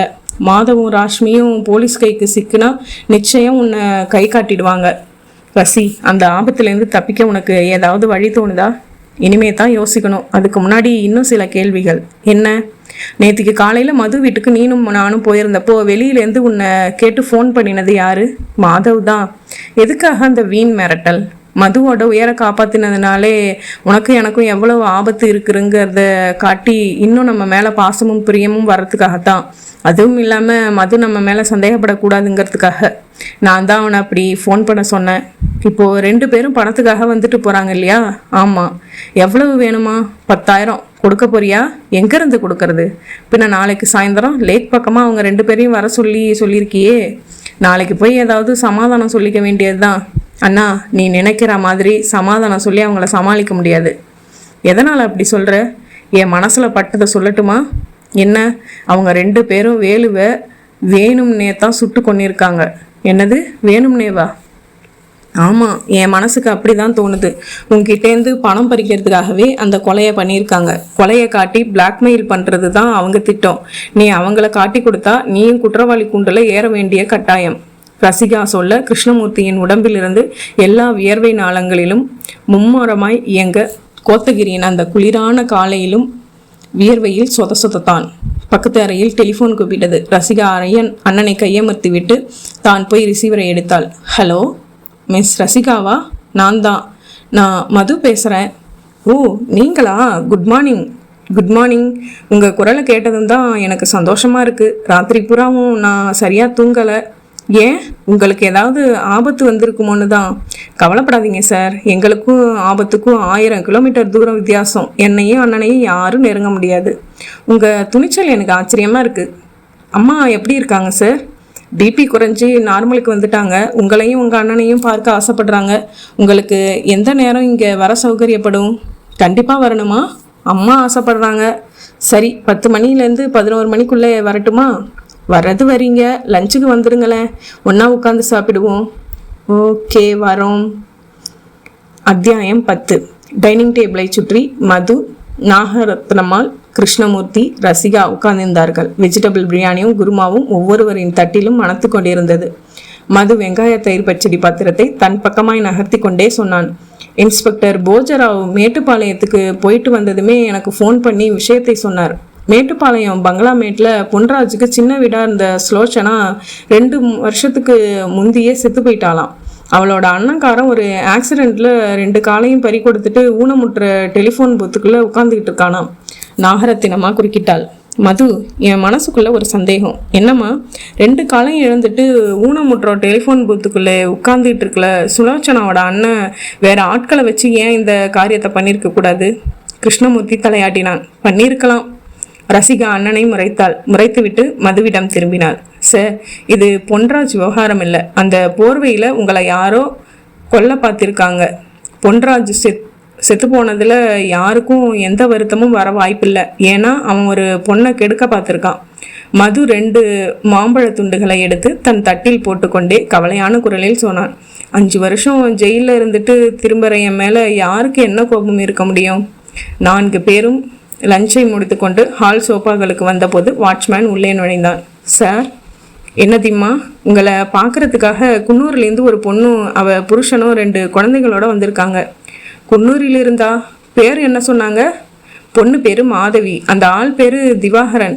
நாகரத்தினமா மலர்ந்தாள். அடடே, நம்ம மாதவி, அனுப்பு, உள்ளே அனுப்பு. வாட்ச்மேன் நகர்ந்து போனதும் ரசிகாவிடம் திரும்பினான். இந்த மாதவி பொண்ணைத்தான் மது பொன்ராஜ் கிட்டேருந்து காப்பாத்தினான். மது ஜெயிலேருந்து வந்துட்டதை யாரோ அவகிட்ட சொல்லியிருக்கணும். அதான் வந்துட்டா.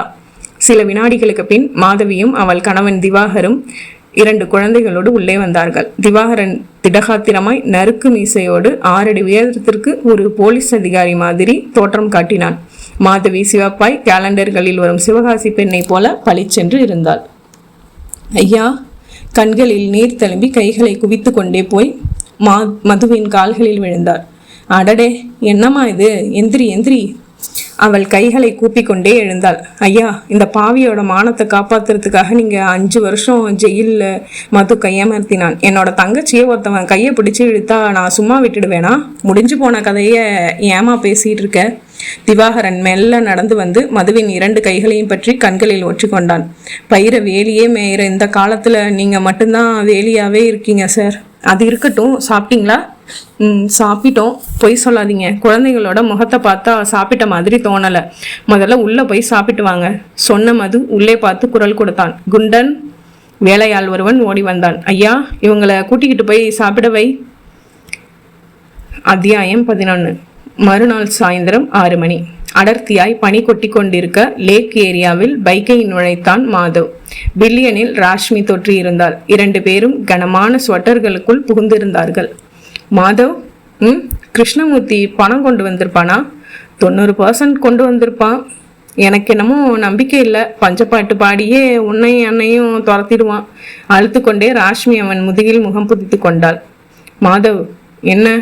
மதுவை ரசிகா காப்பாத்தினதாலே 2 பேருக்கும் மத்தியில லவ் உருவாகி அது கல்யாணத்துல போய் முடியும்னு நீ நம்புறியா? நம்புறேன். ரசிகாவோட அழகு மதுவை இழுக்கும். அவளோட புத்திசாலித்தனம் அந்த அம்மாவை ஈர்க்கும். ரசிகாவுக்கும் மதுவுக்கும் கல்யாணம் நடந்த பிறகு கிருஷ்ணமூர்த்தி உன்னையும் அன்னையும் மறந்துட்டானா? அவன் அப்படி மறந்துடக்கூடாதுங்கிறதுக்காகத்தான் ஸ்பெஷல் ஐட்டமாக வேலுவை தீர்த்து கட்டியிருக்கோம். எனக்கு என்னமோ இந்த கிருஷ்ணமூர்த்தி பணம் கொடுப்பான்னு தோணலை. நாம் பேசாமல் பாம்பே போய் மெஹரா கும்பலுக்கு உதவியாக இருந்தால் இந்நேரம் கை நிறையா பணம் பார்த்துருக்கலாம். ஒரு 3 மாதம் பொறு. இங்கே நடக்கிற விவகாரங்களை பார்த்துட்டு அப்புறமா பாம்பே போயிடலாம் சொல்லிக்கொண்டே பைக்கை திருப்பிய போது பனிப்புகைக்கு நடுவே கிருஷ்ணமூர்த்தியின் கார் நின்றிருப்பது தெரிந்தது. பையன் சீக்கிரமாகவே வந்துட்டான் போல இருக்கு. பைக்கின் வேகத்தை குறைத்து கார் அருகே கொண்டு போய் நிறுத்தினான் மாதவ். கண்ணாடி கதவுகள் 4 பக்கமும் ஏற்றப்பட்டிருக்க டிரைவிங் சாதனத்தில் கிருஷ்ணமூர்த்தி உட்கார்ந்திருந்தான். பைக் கண்ணில் பட்டதும் கண்ணாடி கதவை இறக்கினான் கிருஷ்ணமூர்த்தி. ராஷ்மி கேட்டாள், வந்து ரொம்ப நேரமாச்சா? 10 நிமிஷம் ஆச்சு. பணம் கொண்டு வந்தியா? பணம் கொண்டு வந்தியான்னு கேட்டேன். இல்லை. ஏன்? கலெக்ஷன் இன்னைக்கு டல்லு, பணம் கிடைக்கல. இதை சொல்றதுக்காகத்தான் இங்கே வந்து உட்கார்ந்துக்கிட்டு இருந்தியா? மாதவ் கோபமாய் கேட்டுக்கொண்டிருக்கும் போதே காரின் பின்பக்க கதவின் கண்ணாடி மெதுவாய் இறங்கியது. கதவின் சதுரத்தில் ரசிகாவின் முகம் தெரிந்தது. Good evening Madhav. நீ நீ ரசிகா? கிருஷ்ணமூர்த்தி, உன்னோட சிஸ்டருக்கு விஷயம் தெரியுமா? தெரியும். எப்படி? ரசிகா குறுக்கிட்டாள். இதை பார் மாதவ், என்னோட அண்ணனை பிரெயின் வாஷ் பண்ணி மலிவான ஒரு திட்டத்தை போட்டு கொடுத்து அவரை வேணும்னே இக்கட்டில் மாட்டி விட்டுருக்க. எனக்கு எல்லாமே தெரியும். எதை பேசுகிறதா இருந்தாலும் என்கிட்ட பேசு. சரி, உங்ககிட்டயே பேசுகிறேன். பணம் எங்கே? எந்த பணம்? நான் கேட்டிருந்த 10,000. இப்போ எதுக்காக பணம் தரணும்? ஒப்பந்தப்படி எனக்கும் மதுவுக்கும் கல்யாணம் முடிந்தது தானே பணம் தரணும். அது முழு தொகை 2 லட்சம். இப்போ அவசரத்துக்கு 10,000 வேணும். நாங்கள் இந்த ஊரில் தங்கியிருக்கிற ஒவ்வொரு நிமிஷமும் உன்னோட அண்ணனுக்கு ஆபத்து. வெளியூர் போகிறதுக்கு பணம் வேணும், அவ்வளவுதானே? ஆமாம். எந்த ஊருக்கு போக போகிற? மைசூர், பெங்களூர். மைசூர், பெங்களூரில் போய் தங்குறதுக்கு 10,000 ரூபாய் எதுக்கு? ஒரு 2,000 ரூபாய் தர்றேன். ஒரு சுமாரான லாட்ஜ் எடுத்து 1 வாரம் தங்கிட்டு வா, போதும். என்னது, 2,000? என்னோட அண்ணன் நிலைமைக்கு இதுவே அதிகம். மாதவின் காதருகே ராஷ்மி கிசுகிசுத்தாள். வாங்கிக்க மாதவ், பின்னாடி பார்த்துக்கலாம். சரி குடு என்று கையை நீட்டினான். இப்பவே வா. பின்ன நாளை கழிச்சு மறுநாள் தான் பணம் கிடைக்கும். என்னது, விளையாடுறியா? 2,000 ரூபாய் கொடுக்கறதுக்கு 2 நாள் வேணுமா உனக்கு? கிருஷ்ணமூர்த்தி உன்னோட சிஸ்டரை உஷ் கையமர்த்தினான் ரசிகா. என்னோட அண்ணங்கிட்ட பேசுறதா இருந்தா உனக்கு 1 பைசா கூட கிடைக்காது. என்கிட்ட பேச்சுவார்த்தை வச்சுக்கிட்டா அந்த 2,000 கிடைக்கும், இல்லைன்னா அதுவும் கிடைக்காது. ராஷ்மி வெடித்தாள். நாங்கள் போலீஸுக்கு தகவல் கொடுத்தா உன் அண்ணனோட நிலைமை என்ன ஆகுன்னு தெரியுமா? தெரியும். உங்களுக்கு என்ன நிலைமையோ அதுதான் என்னோட அண்ணனுக்கும். நாங்கள் போலீஸில் மாட்டிக்கிட்டாலும் தப்பிச்சுக்குவோம். நிஜமா? நிச்சயமா. அப்போ போலீஸ்க்கு போய் தகவல் சொல்லிடுங்க. அண்ணா, நீ காரணகத்து, நாம் வீட்டுக்கு போகலாம். கிருஷ்ணமூர்த்தி எக்ஸிஷனை உசுப்பினான். நிறுத்து! மாதவ் கத்தினான். இக்னிஷன் அணைந்தது. சரி, நீ சொன்ன மாதிரியே நாளை கழிச்சு மறுநாள் பணம் கொடு. இப்போ சொன்னியே இது வார்த்தை, 2000 இதே இடத்துக்கு வந்து வாங்கிக்கங்க போங்க. கார் நகர்ந்தது. சிவப்பு விளக்குகளோடு வேகம் எடுத்த போதும் அந்த காரை சிவப்பேரிய கண்களுடன் பார்த்தான் மாதவன். ராஷ்மி கரகரத்தாள். மாதவ், இது கொத்தரை கிளி, கிழிச்சிடுவோம், கவலைப்படாத. அத்தியாயம் 12. மது. கூப்பிட்டு கொண்டே நாகரத்னம்மாள் மதுவின் அறைக்குள் நுழைந்தாள். விடிவிளக்கு வெளிச்சத்தில் புத்தகம் ஒன்றை புரட்டி கொண்டிருந்த மது திரும்பினான். என்னம்மா, உங்ககிட்ட கொஞ்சம் பேசணும் சொல்லிக்கொண்டே கட்டிலில் உட்கார்ந்தாள். எதை பத்தி பேசணும்? உன்னோட கல்யாணத்தை பத்தி. மது புத்தகத்தை மூடி வைத்துவிட்டு நெற்றியில் ஆச்சரிய கோடுகளை காட்டினான். என்னோட கல்யாணத்துக்கு இப்ப என்னம்மா அவசரம்? என் உயிருக்கு குறி வச்சு 2 பேர் வெளியில சுத்திட்டு இருக்காங்க. இந்த நிலைமையில அந்த நிலைமை எனக்கும் தெரியும்டா மது. கல்யாணம்னா இப்பவேவா நடத்த போறோம்? அந்த அமளியெல்லாம் ஓஞ்சதுக்கு அப்புறம் தான் கல்யாணமே.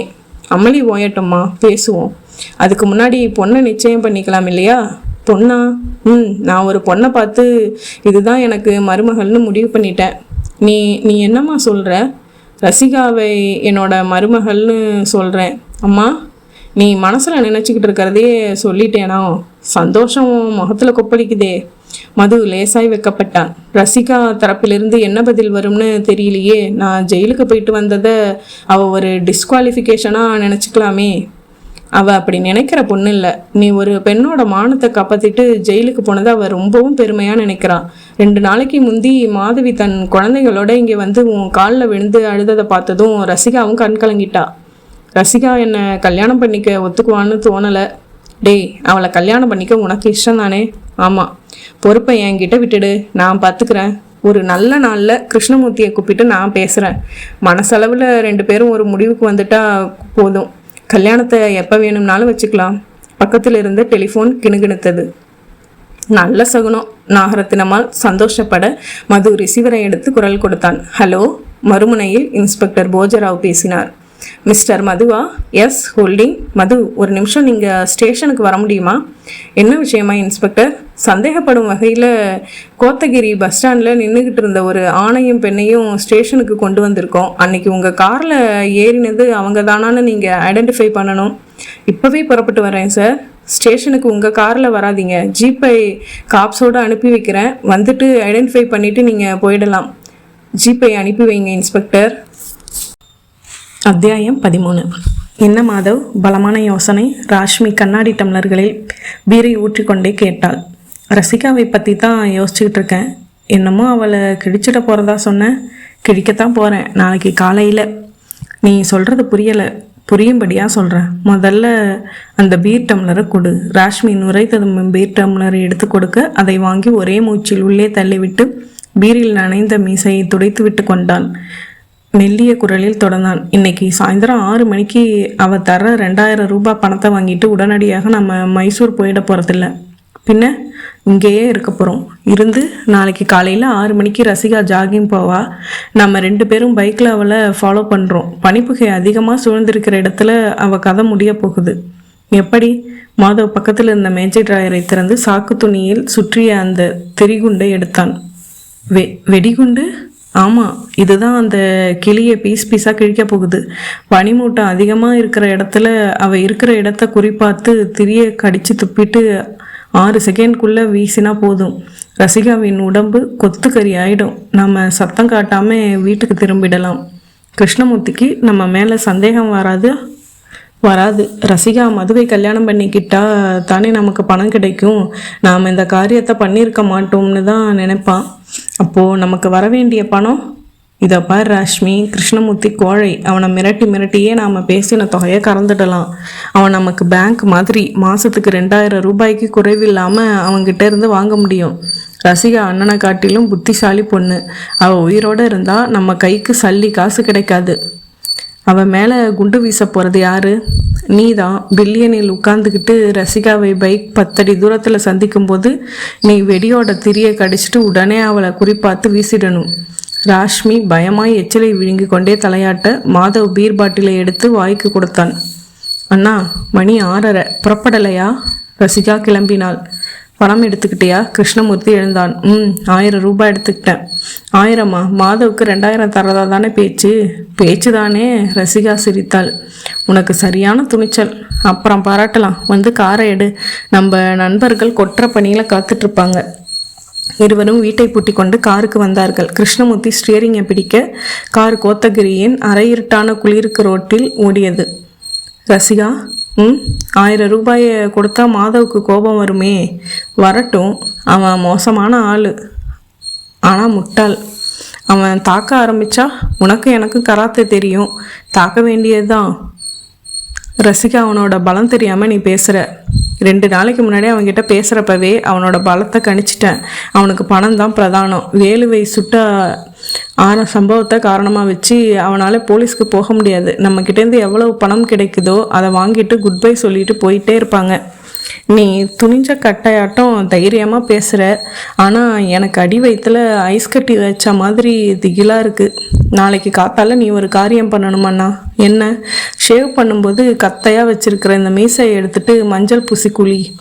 ஏய், பின்ன என்னன்னா, ஒரு பிரச்சனைன்னு வரும்போது துணிச்சலாக இருக்கணும். பொட்டச்சின்னா தைரியமாக இருக்கல. கார் லேக் ஏரியாவை நெருங்கியது. எல்லா பக்கமும் பனித்திரை. ஹெட்லைட் வெளிச்சம் பனியை விரட்ட கார் வேகத்தை குறைத்து கொண்டே ஊர்ந்தது. அண்ணா, பைக் அந்த பக்கம் நின்றுட்டுருக்கு. ரசிகா பைக்கை சுட்டி காட்ட அதை நோக்கி காரை கொண்டு போனான் கிருஷ்ணமூர்த்தி. புல்தரையில் ஸ்டாண்டு போட்டு பைக் நிறுத்தப்பட்டிருக்க அதற்கு முட்டு கொடுத்து சாய்ந்து உட்கார்ந்திருந்தார்கள் மாதவும் ராஷ்மியும். காரை பைக்குக்கு பின்பக்கமாய் கொண்டு போய் நிறுத்தினான் கிருஷ்ணமூர்த்தி. ரசிகா கண்ணாடி ஜன்னலை இறக்கி குரல் கொடுத்தாள். மாதவ். பதிலில்லை. மாதவ் மௌனம். என்ன, தூங்கிட்டாங்களா? அண்ணா, ஹெட்லைட்டை அடி. கிருஷ்ணமூர்த்தி அடித்தான். காரின் ஹெட்லைட் வெளிச்ச கற்றைகள் குப்பென்று அவர்கள் மேல்பட ரசிகாவும் கிருஷ்ணமூர்த்தியும் முகம் மாறினார்கள். மாதவும் ராஷ்மியும் உடைகள் பூராவும் தெளிக்கப்பட்ட இரத்த கீற்றல்களோடு உட்கார்ந்த நிலையிலேயே பிணமாயிருந்தார்கள். அத்தியாயம் 14. பெட்ரோமாக்ஸ் விளக்குகள் புகைந்து கொண்டிருக்க இன்ஸ்பெக்டர் போஜராவ் மாதவின் உடம்பையும் ராஷ்மியின் உடம்பையும் புரட்டினார். அருகில் நிறுத்திருந்த இன்ஸ்பெக்டர் கவுடாவிடம் சொன்னார். ஏதோ கனமான ஆயுதத்தால் தலையில் அடிச்சிருக்காங்க. ரத்தத்தோட ப்ரீசிங் கண்டிஷனை பார்க்கும்போது சம்பவம் நடந்து 2 மணி நேரம் தான் ஆகியிருக்கும்னு தோணுது சார். போஜராவ் கொஞ்சம் தள்ளி நின்று இந்த கிருஷ்ணமூர்த்தியை நோக்கி போனார். நீங்களும் உங்கள் சிஸ்டரும் இந்த ஸ்பாட்டுக்கு வரும்போது நேரம் எவ்வளவு இருக்கும்? 6:30 சார். இந்த பக்கம் நீங்கள் எதுக்காக வந்தீங்க? வழக்கமாக காரை கொண்டாந்து இந்த லேக் ஏரியா பக்கம் நிறுத்திட்டு நானும் என்னோட சிஸ்டரும் வாக்கிங் போவோம். பக்கத்தில் நின்று இந்த ரசிகா குறுக்கிட்டாள். ஏதோ ஒரு காதல் ஜோடி உட்கார்ந்து பேசிக்கிட்டு இருக்கு. தொந்தரவு படுத்தாமல் போயிடலாம்னு தான் வாக்கிங் ரூட்டை மாற்றினோம். ஆனால் அண்ணன் தான் காரோட ஹெட்லைட் வெளிச்சத்தில் அவங்கள பார்த்துட்டு சந்தேகமாக சொன்னார். இறங்கி பார்த்தா தான் இந்த விபரீதமே தெரிஞ்சுது. உடனே உங்களுக்கு ஃபோன் பண்ணினோம். தகவல் கொடுத்ததுக்கு ரொம்பவும் நன்றி மிஸ் ரசிகா. இதுக்கு முன்னாடி இதே இடத்துல என்னைக்காவது இவங்களை பார்த்துருக்கீங்களா? உதட்டை பிதிக்கினாள் ரசிகா. நீங்கள் கிருஷ்ணமூர்த்தி? நானும் பார்த்ததில்லை சார். மிஸ்டர் கவுடா. போஜராஜ் எஸ்ஐயிடம் திரும்பினார். சார், பைக்கோட ரெஜிஸ்ட்ரேஷன் நம்பரை நோட் பண்ணிங்களா? பண்ணியிருக்கு சார். எந்த ஒரு ரெஜிஸ்ட்ரேஷன்? டிடிவின்னு போட்டிருக்கு. டிடிவின்னா கோயம்புத்தூர் ரெஜிஸ்ட்ரேஷன். நாளைக்கு ஆர்டிஓவில் விசாரித்து அட்ரஸ் கிடைச்சிடும். மெல்ல அவரின் பார்வை பைக்கின் கேரியர் பாக்ஸின் மேல் போய் நின்றது. கவுடா சார், பைக்கோட கேரியர் பாக்ஸை திறந்து பார்த்தீங்களா? இன்னும் இல்லை சார். முதல்ல அதை பார்க்க வேண்டாமா? மெல்ல போய் அந்த பைக்கின் கேரியர் பாக்ஸை நெருங்கினார். அதன் லாக்கை விடுவித்து திறந்தனர். உள்ளே ஒரு மஞ்சள் பாலிஷ் துணி, black sprayer, screwdriver, calico paint செய்யப்பட்ட ஒரு சிறிய நோட்டு. அந்த நோட்டை எடுத்தார் போஜராவ். பிரித்தார். பெட்ரோல் கன்சியூமர் கார்டு விவரம் கண்ணில் பட்டது. எண் 5145. அடுத்த பக்கத்தை புரட்டினார். சேவ் ஃபியூயல், ரப்பர் ஸ்டாம்ப் வாசகத்துக்கு கீழே morning star petrol bunk, Kotagiri type அடித்த வாசகங்கள் தெரிந்தன. போஜராவ் கொஞ்சம் பிரகாசமானார். மார்னிங் ஸ்டார் பெட்ரோல் பங்கிலிருந்து இவனுக்கு கன்சியூமர் கார்டை கொடுத்திருக்கிறார்கள். அங்கே போய் விசாரித்தால் இவன் யார் என்கிற விபரம் தெரிந்துவிடும். வீட்டையும் கண்டுபிடித்து விடலாம். போஜராவ் கான்ஸ்டபிள்களுக்கு டெட் பாடியை போஸ்ட்மார்ட்டத்திற்கு கொண்டு போக சொல்லி இன்ஸ்பெக்டரை இன்ஸ்ட்ரக்ஷன் கொடுத்துவிட்டு கவுடா ஜீப்பை நோக்கி போனார். ரசிகா குறுக்கிட்டு எக்ஸ்கியூஸ் மீ என்றாள். எஸ். போஜராவ் நின்றார். நாங்கள் வீட்டுக்கு போகலாமா சார்? தாராளமாக. கிருஷ்ணமூர்த்தியும் ரசிகாவும் கொஞ்சம் தள்ளி நின்றிருந்த ஃபியட் காரை நோக்கி போனார்கள். காருக்குள் ஏறி உட்கார்ந்து ஸ்டியரிங்கை பிடித்த ரசிகா ஒரு நீளமான பெருமூச்சு விட்டாள். கடவுள் நம் பக்கம். மாதவையும் ராஷ்மியையும் யார் பழி தீர்த்து விட்டார்கள்னு தெரியலையே ரசி. யாரா இருந்தா என்ன? கொலைகளை செய்த பேர் வழி ஆணா இருந்தா 100 ஆண்டு காலம் வாழ்க, பெண்ணா இருந்தா தீர்க்க சுமங்கலி பவ. ஆச்சரியமா இருக்கு. கார் நகர்ந்தது மெல்ல. அண்ணா, இனிமே நீ யாரையும் பார்த்து பயப்பட வேண்டிய அவசியமே இல்லை. போலீஸ் ஏதாவது விசாரணைக்கு வந்தா ஒவ்வொரு கேள்விக்கும் யோசிச்சு யோசிச்சு பதில் சொல்லணும். உன்னை பொறுத்த வரைக்கும் மாதவ் யாரோ ஒரு ஆள். அவனை நீ முதலாக தான் பார்த்த, அதுவும் பணமாத்தான். ரசி, எனக்கு ஒரு சந்தேகம். என்ன? மாதவ் ராஷ்மியை கொலை செஞ்ச கொலையாளிக்கு நம்மையும் தெரிஞ்சிருக்க வாய்ப்பு இருக்கு இல்லையா? ரசிகா திடுக்கிட்டால் மெலிதாய். அண்ணா, நீ சொன்ன பாயிண்ட் கரெக்டு. நமக்கும் மாதவுக்கும் உள்ள தொடர்பு கொலையாளிக்கு தெரிஞ்சிருந்தா அது ஆபத்தான விஷயம். அந்த கொலையாளி போலீஸ்கிட்ட மாட்டிக்கிட்டா நம்ம 2 பேரையும் கை காட்டாமல் இருக்கணும். அவன் கை காட்டுற பட்சத்தில் நாம் மாட்டிக்கத்தான் வேணும். கிருஷ்ணமூர்த்தி கர்ச்சிப்பால் நெற்றி வியர்வையை ஒற்றி கொண்டான். மார்னிங் ஸ்டார் பெட்ரோல் பங்கில் கன்சியூமர் கார்டை காட்டி பேங்க் ஓனர் மன்சூர் அலி விசாரித்தார் இன்ஸ்பெக்டர் போஜராவ். மன்சூர் அலி பதட்டமாய் லெட்டரை எடுத்து பார்த்துவிட்டு பெயரை சொன்னார். H Madhav sir. Address number 14 green cross road, Kunjappanai. அந்த மாதவை உங்களுக்கு தெரியுமா? தெரியும் சார். 2 நாளைக்கு ஒரு தடவை வந்து பெட்ரோல் போட்டுக்கிட்டு போவார். கூடவே ஒரு பொண்ணும் இருக்கும். அந்த பெண்ணோட பேர் தெரியுமா? ராஷ்மின்னு கூப்பிடுவார் சார். மாதவுக்கு என்ன தொழில்? தெரியலை சார். அந்த பொண்ணு ராஷ்மி அவனோட ஒய்ஃபா? பார்த்தா அப்படி சரி தெரியலை சார். அந்த பொண்ணை அவர் வச்சுக்கிட்டு இருக்கிறதா பரவலாக பேச்சு. போஜராவ் கவுடாவின் பக்கம் திரும்பினார். மாதவோட பேண்ட் பாக்கெட்டிலிருந்தும் ஷர்ட் பாக்கெட்டிலிருந்தும் எடுத்த திங்ஸ் அதோட சாவி இருந்ததா? 2 சாவி இருக்குது சார். கையோடு கொண்டு வந்திருக்கீங்களா? கொண்டு வந்திருக்கேன் சார். வாங்க, குஞ்சப்பனைக்கு போய் மாதவோட வீட்டை பார்ப்போம். பெட்ரோல் பங்க் மன்சூர் அலியிடம் விடை பெற்று கொண்டு ஜீப்பில் கிளம்பினார்கள் போஜராவும் கவுடாவும். சில நிமிஷ வேகமான பயணம். குஞ்சப்பனை கிராமம் இருட்டாய் வந்தது. மலையில் சரிவில் உட்கார்ந்திருந்த கிராமம் அது. தெருவிளக்குகள் சொற்பமாய் தெரிந்தன. ஒரு டீ கடை முன்பு ஜீப்பை நிறுத்தி கிரீன் கிராஸ் ரோட்டை மஃப்ளர் சுற்றிய ஆசாமியிடம் விசாரித்தார்கள். அவன் வழி சொன்ன பக்கம் ஜீப்பை விரட்டினார்கள். 2 மேடுகளை சிரமமாய் கடந்து இருட்டில் வீட்டின் எண்களை பார்த்து 14 என்ற எண்ணை பெயிண்டில் ரவுண்டப் பண்ணி எழுதியிருந்த வீட்டுக்கு முன்பாய் ஜீப்பை மௌனமாக்கினார்கள். கவுடா தன் கையில் இருந்த டார்ச்சை வீட்டு கதவின் மேல் அடித்தார். கதவில் பூட்டு தொங்கியது. மாதவிடமிருந்து எடுத்த சாவிகளை உபயோகப்படுத்தி வீட்டின் கதவை திறந்து கொண்டு உள்ளே போனார்கள். 2 அறைகள். அந்த 2 அறைகளையும் வெளிச்சத்திற்கு கொண்டு வந்து அலசினார்கள். சேலைகள், விதவிதமான ஜெர்கின் கோட்டுகளோடு ஒரு காட்ரேஜ் பீரோ, சுவரோடு பதிக்கப்பட்ட ஒரு அலமாரி, உள்ளே வெளிநாட்டு ஸ்காட்ச் பாட்டில்களின் அணிவகுப்பு, பெரும்பாலானவை காலி பாட்டில்கள். அங்கே ஒரு கேமரா, பைனாகுலர், கோல்ஃப் விளையாட்டுக்கு உபயோகப்படுத்தும் பந்துகள். மேஜைக்கு வந்தார் போஜராவ். முதல் இழப்பை திறந்தார். ஒரு பிளாஸ்டிக் கவர் கண்ணில் பட்டது. எடுத்தார். அதன் உரையை பிரித்து உள்ளே பார்வை போன போது ஆச்சரியப்பட்டார். ஒட்டு தாடி, மீசை, விக்கு, பிளாஸ்டிக் மூக்கு வரி வரியாய் கண்ணுக்கு தெரிந்தது. பிளாஸ்டிக் கவரை எடுத்து மேஜையின் மேல் வைத்துவிட்டு 2வது இழுப்பறையை திறந்தார் போஜராவ். சாக்கு துணியில் சுற்றப்பட்ட அது கணிசமாக கண்ணுக்கு சிக்க எடுத்தார். சாக்கு துணியை அவிழ்க உதடுகள் தன்னிச்சையாய் மை குட்னஸ் என்று அசைந்து திரும்ப பார்த்த கவுடாவின் மனதில் அந்த வெடிகுண்டு திரியோடு ஒரு குளிராய் பாய்ச்சியது. சார், 2 பேருமே ஆபத்தான ஆசாமீஸாக இருப்பாங்க போல இருக்கு. இல்லீகல் கான்டாக்ட்ஸ் எல்லாமே இதெல்லாம் இருக்காது சார்.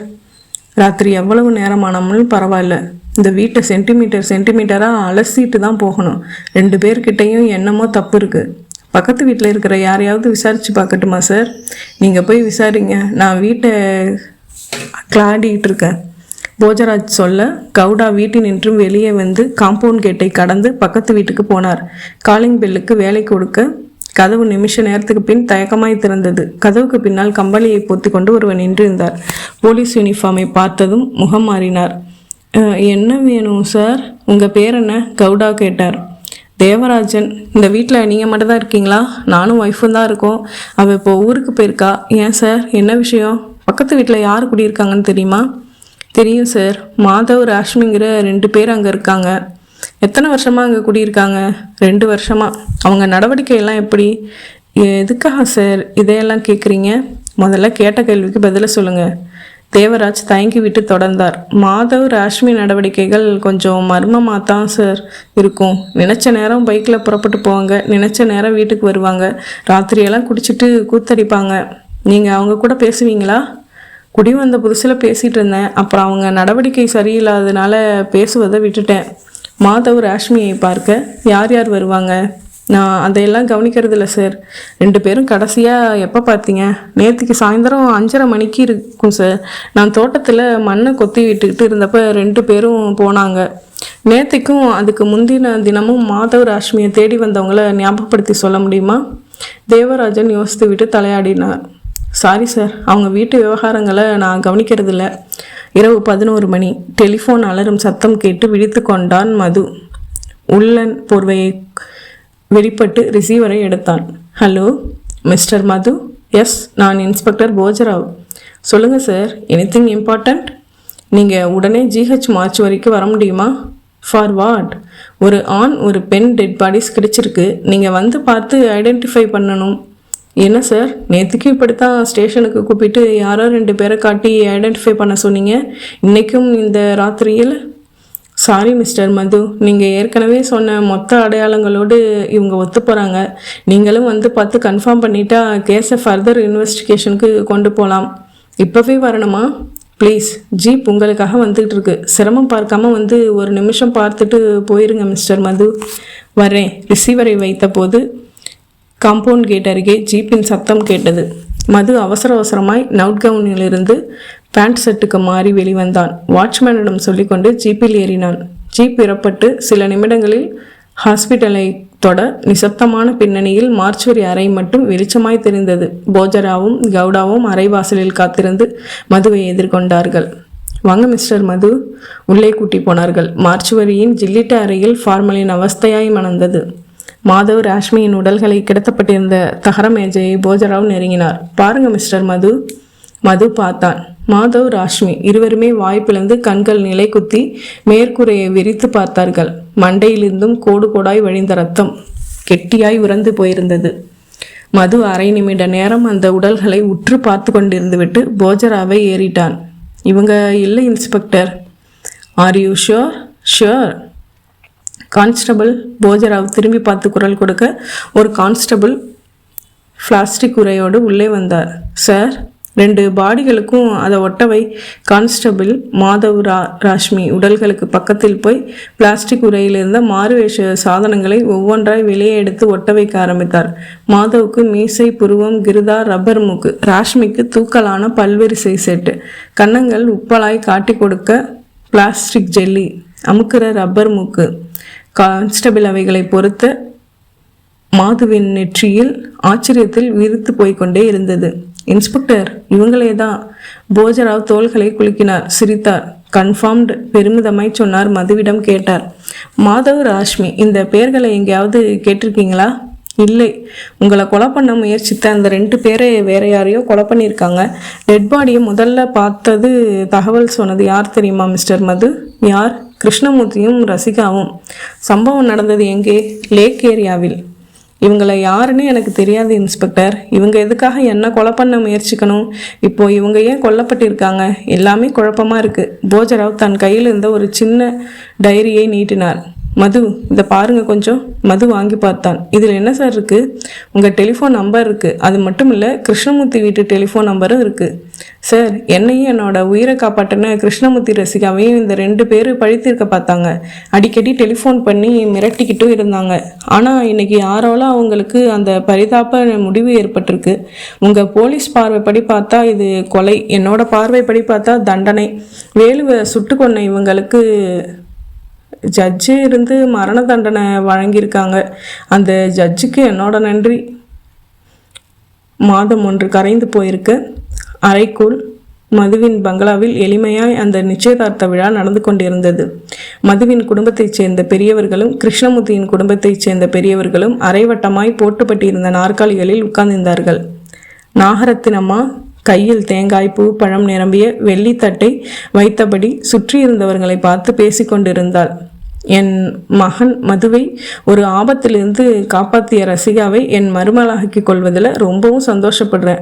உங்கள் தங்கை என் மகனுக்கு கொடுக்க வேண்டும் என்று நான் கிருஷ்ணமூர்த்தியை கேட்டபோது அவர் சந்தோஷமாய் ஒப்புக்கொண்டார். அவருக்கு என் நன்றி. மதுவுக்கும் ரசிகாவுக்கும் வருகிற 23ஆம் தேதி வெள்ளிக்கிழமை நமது பங்களாவிலேயே கல்யாணம் நடைபெற உள்ளது.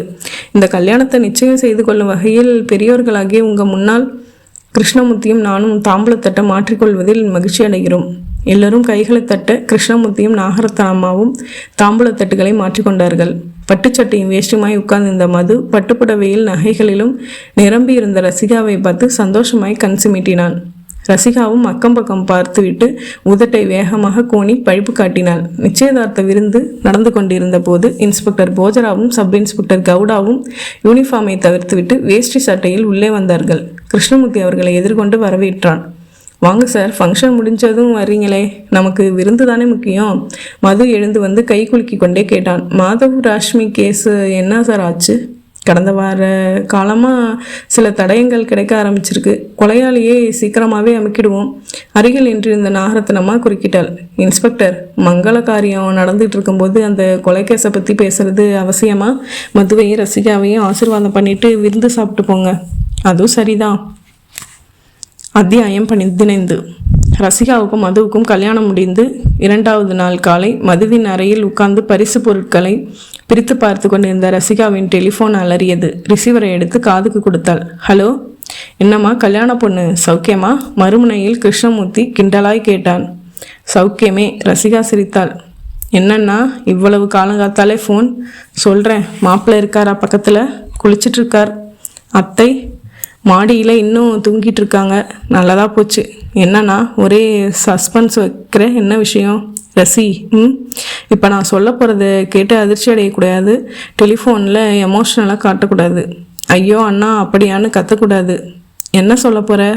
உண்மையை சொல்ல போகிறேன். நான் இப்போ சொல்ல போகிற விஷயம் உன்னை தவிர வேறு யாருக்கும் தெரியக்கூடாது. சரி, சொல்லலை. செத்துப்போன நம்ம அப்பா அம்மா மேலே ஆணையாக யாருக்கிட்டையும் சொல்லக்கூடாது. சத்தியமாக சொல்லலை. மாதவ் ராஷ்மியை கொலை பண்ணினது நான் தான். ரசிகா விருட்டெழுந்து எழுந்து நின்றாள். அண்ணா பாத்தியா, எமோஷனாக காட்ட ஆரம்பிச்சுட்டு. அமைதியாக உட்காந்து கதை கேட்குற மாதிரி கேளு. நடுக்கமாய் உட்கார்ந்தாள் ரசிகா. மறுமுனையில் கிருஷ்ணமூர்த்தி தொடர்ந்தான். எனக்கு வேற வழி எதுவும் தோணலை ரசி. மாதவை பற்றி எனக்கு தெரியும். அவன் ஒரு மூர்க்கமான மிருகம். அவனை பகைச்சிக்கிட்டவங்க நிம்மதியாக வாழவே முடியாது. உன்னோட வாழ்க்கை நிம்மதியாக அமையணும்னா அவனும் ராஷ்மியும் உயிரோடு இருக்கக்கூடாதுங்கிற முடிவுக்கு வந்தேன். 2000 ரூபாய் பணம் தரதா சொன்ன அன்னைக்கு நான் மாதவுக்கு ஃபோன் பண்ணி 5:30 மணிக்கு லேக் ஏரியாவுக்கு வர சொல்லி மறைஞ்சு நின்று வீல் ஸ்பேன்லேயே 2 பேர் தலையிலையும் அடித்து எமலோகத்துக்கு அனுப்பி வச்சேன்.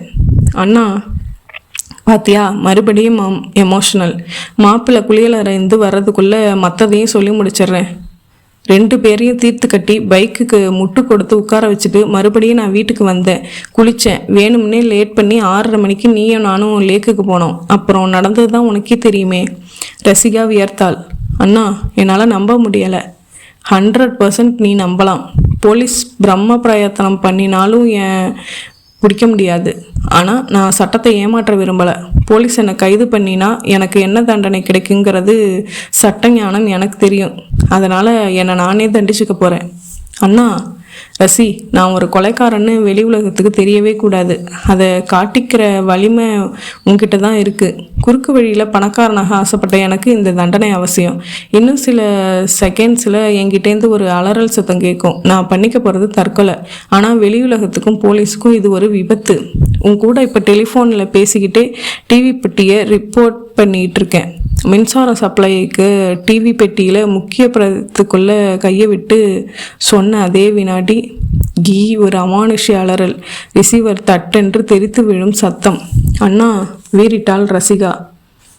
வலது கை கருகி சுவரோரமாய் மரக்கட்டை போல விழுந்து கிடந்தான் கிருஷ்ணமூர்த்தி. போலீஸ் பரவி இருந்தார்கள். ரசிகா அழுது உலர்ந்து கதவுக்கு சாய்ந்து நின்றிருக்க பக்கத்தில் மது, நாகரத்னம்மாள் கனமான துயர முகங்களோடு நின்றிருந்தார்கள். போஜராவ் ரசிகாவை நெருங்கினார். மிஸ்ஸஸ் ரசிகா, உங்கள் பிரதர் இதுக்கு முன்னாடி டிவி பெட்டியை ரிப்பேர் பார்த்துருக்காரா? இல்லை, இதுதான் முதல் தடவை. கண்ணீரை அடக்கி விம்மினாள். டெலிஃபோனில் பேசிக்கிட்டே எப்படி டிவி ரிப்பேர் பார்க்க முடியும்? அண்ணனுக்கு எதுலேயுமே அவசரம்தான். ஒரே சமயத்தில் 2 வேலை பார்க்குறது அவரோட மேனரிசம். என்ன மேனரிசம்? படிச்சிருக்கார், புத்தி வேண்டாம். டிவி சர்க்கியூட்டில் எக்கச்சக்கமான வோல்டேஜ் கரண்ட் வருங்கிற சின்ன விஷயம் கூட தெரியாமல் கையை உள்ளே விடுறதா? இன்ஸ்பெக்டர் திட்டிக்கொண்டே நகர சுவரோரமாய் குறுகி விழுந்திருக்கும் அண்ணனின் உடலை பார்த்து கதறி அழ ஆரம்பித்தாள் ரசிகா. முற்றும்.